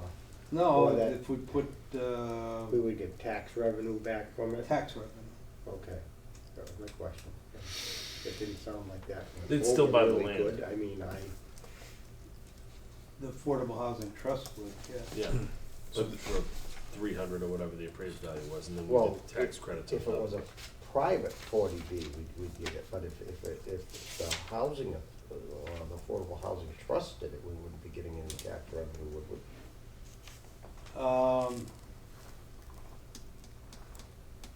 Yeah, because they pay taxes on the house that they purchased. Oh, okay. So these would be houses that would be going up, and we would just basically get the rest of Yeah, the and tax. they wouldn't be 100% affordable. You know, there'd be regular market right. housing too. Yeah, and a percentage of those, right, would be. Well, Yeah, at it'd be least, at least 10, 25%. yeah, Yeah. at least 10%. Yeah. They're gonna make you do 25. Yeah. Listen, it's an option, you know, Yeah. it's a good option to bring up, so, we can certainly. Well, Mike, you know, approach the owner of that spike strip, and, you Yeah. know, and, or, I don't know if I can call it that or not, but it is what it is. Mhm. See if they're interested, if not, then we have to, go down a different road. Yep. Yeah. Okay? Did we agree that we should rezone it to include commercial? If It already is. it is already commercial, Well, whatever, we didn't have, I thought you said it was industrial. It's light industrial. light industrial, but if they want to switch to 40B, they're gonna rezone that. and- Well, no, I understand that, that's one option. Right. Well, But if we want to buy it back and own it and do a 99-year lease, then it's gonna get rezoned. I understand that, we talked about it at the last meeting. Yeah, rezoning it. Yeah. So let's open it up. Yeah, again, my problem with rezoning it is, again, you could have whatever zoning you want in there, But it just gives. but if you don't have the access, who's gonna buy it? I don't know. Yeah, I mean, that's why, even at the last meeting, I just didn't understand why we wanna go down that road, it doesn't matter. Again, put yourself in that position as a buyer, you're gonna spend. Because I X don't amount want, of now, to be honest with you, I don't want one guy dictating what we do. I know, I hear you, but. Because Unfortunately. I'll tell you why. Because I wanted them to sit down with the heads of those boards and tell me what our options are. And if one of them is holding that thing and doing a 99-year lease to a hotel or whatever, then that's an option. And That- I'm with you. I want them all That on I'm the with you. table. Yeah. I want to make an informed decision because you only get one. This isn't like you're at home plate and getting, 3 swings here. Be a great This is- spot for a medical center. This is a one-shot deal. Yeah, I mean, that I'm on And board. you know what? It's 10 acres on one side and 4 on the other. A little more than that. Okay, so you can put your medical center right on the 4-acre parcel, and you can put your whatever else your town wants to lease to somebody right on the other side. And that's, if that's, it's an idea. No, there's an idea. I want to explore all the options. I'm unwilling to leave anything uncovered on this. And I agree with you, Joe. I think our options are limited, and I think the value is the value. But if there's some intrinsic value that we're not seeing through owning it and leasing it and whatever, then I think we should explore it and look at it at least. Yeah, I mean, we can explore all options. Again, I'll bring up though, if you get $500,000 tomorrow, and they are able to now get going and put up something that is in that industrial kind of zone, get a building up, now you have it on the tax roll, you don't have to play with it anymore, we're recognizing revenue, then I think much better option. Now you don't have to play with anything and start dealing with zoning and leasing and whatever else, so yeah. So, yeah, we do have, so moving on, anybody like anything else? No? So again, as a takeaway, if you can contact, that party, see what their thoughts are, and report back to the board next meeting, that would be great, so. All right, we have one other thing, a request from Camp Dennison to surplus property. Again, I don't have. Of a Gravely tractor and accessories. Okay. I don't think we have any discussion on that. All right, so if I can hear a motion. So moved. Can I see that? I move that we approve the request from Camp Dennison to approve the declaration of surplus property of a Gravely tractor and accessories. Second. Okay, we have a motion, a second. All those in favor? Aye. All right, anybody else? Yes. Yes, please. This coming Saturday is the Camp Dennison family outing. Yep. From 11:30 to 3:30. Yep. So I hope that the community, it's supposed to be good weather in the low 80s. And because there will be some selectmen there that are roasting hot dogs. I will be there. Okay. All right, good. I believe I'll be on the latter side. My daughter has a soccer game, so hopefully I'll be there on the latter side. It's always what kind of keeps me from that. And I did send an email to Representative Mira and Senator Tarr to inform them of it and say, of course, we'd be more than happy to see them there. Yeah. Do you want to announce anything for tomorrow night? You want to announce the event tomorrow night? No. No, okay, all right, I just wanted to make sure. All right, anybody else? All right, so next meeting, everybody, is September 23rd, 2019, 7 o'clock. And if nobody has anything else, can I hear a motion to adjourn? So moved. Second. Okay, all those in favor? Aye. Thank you very much, and thank you very much for being here. Thank you, Charlie. To film all us Thank you, good-looking Charlie. folks, and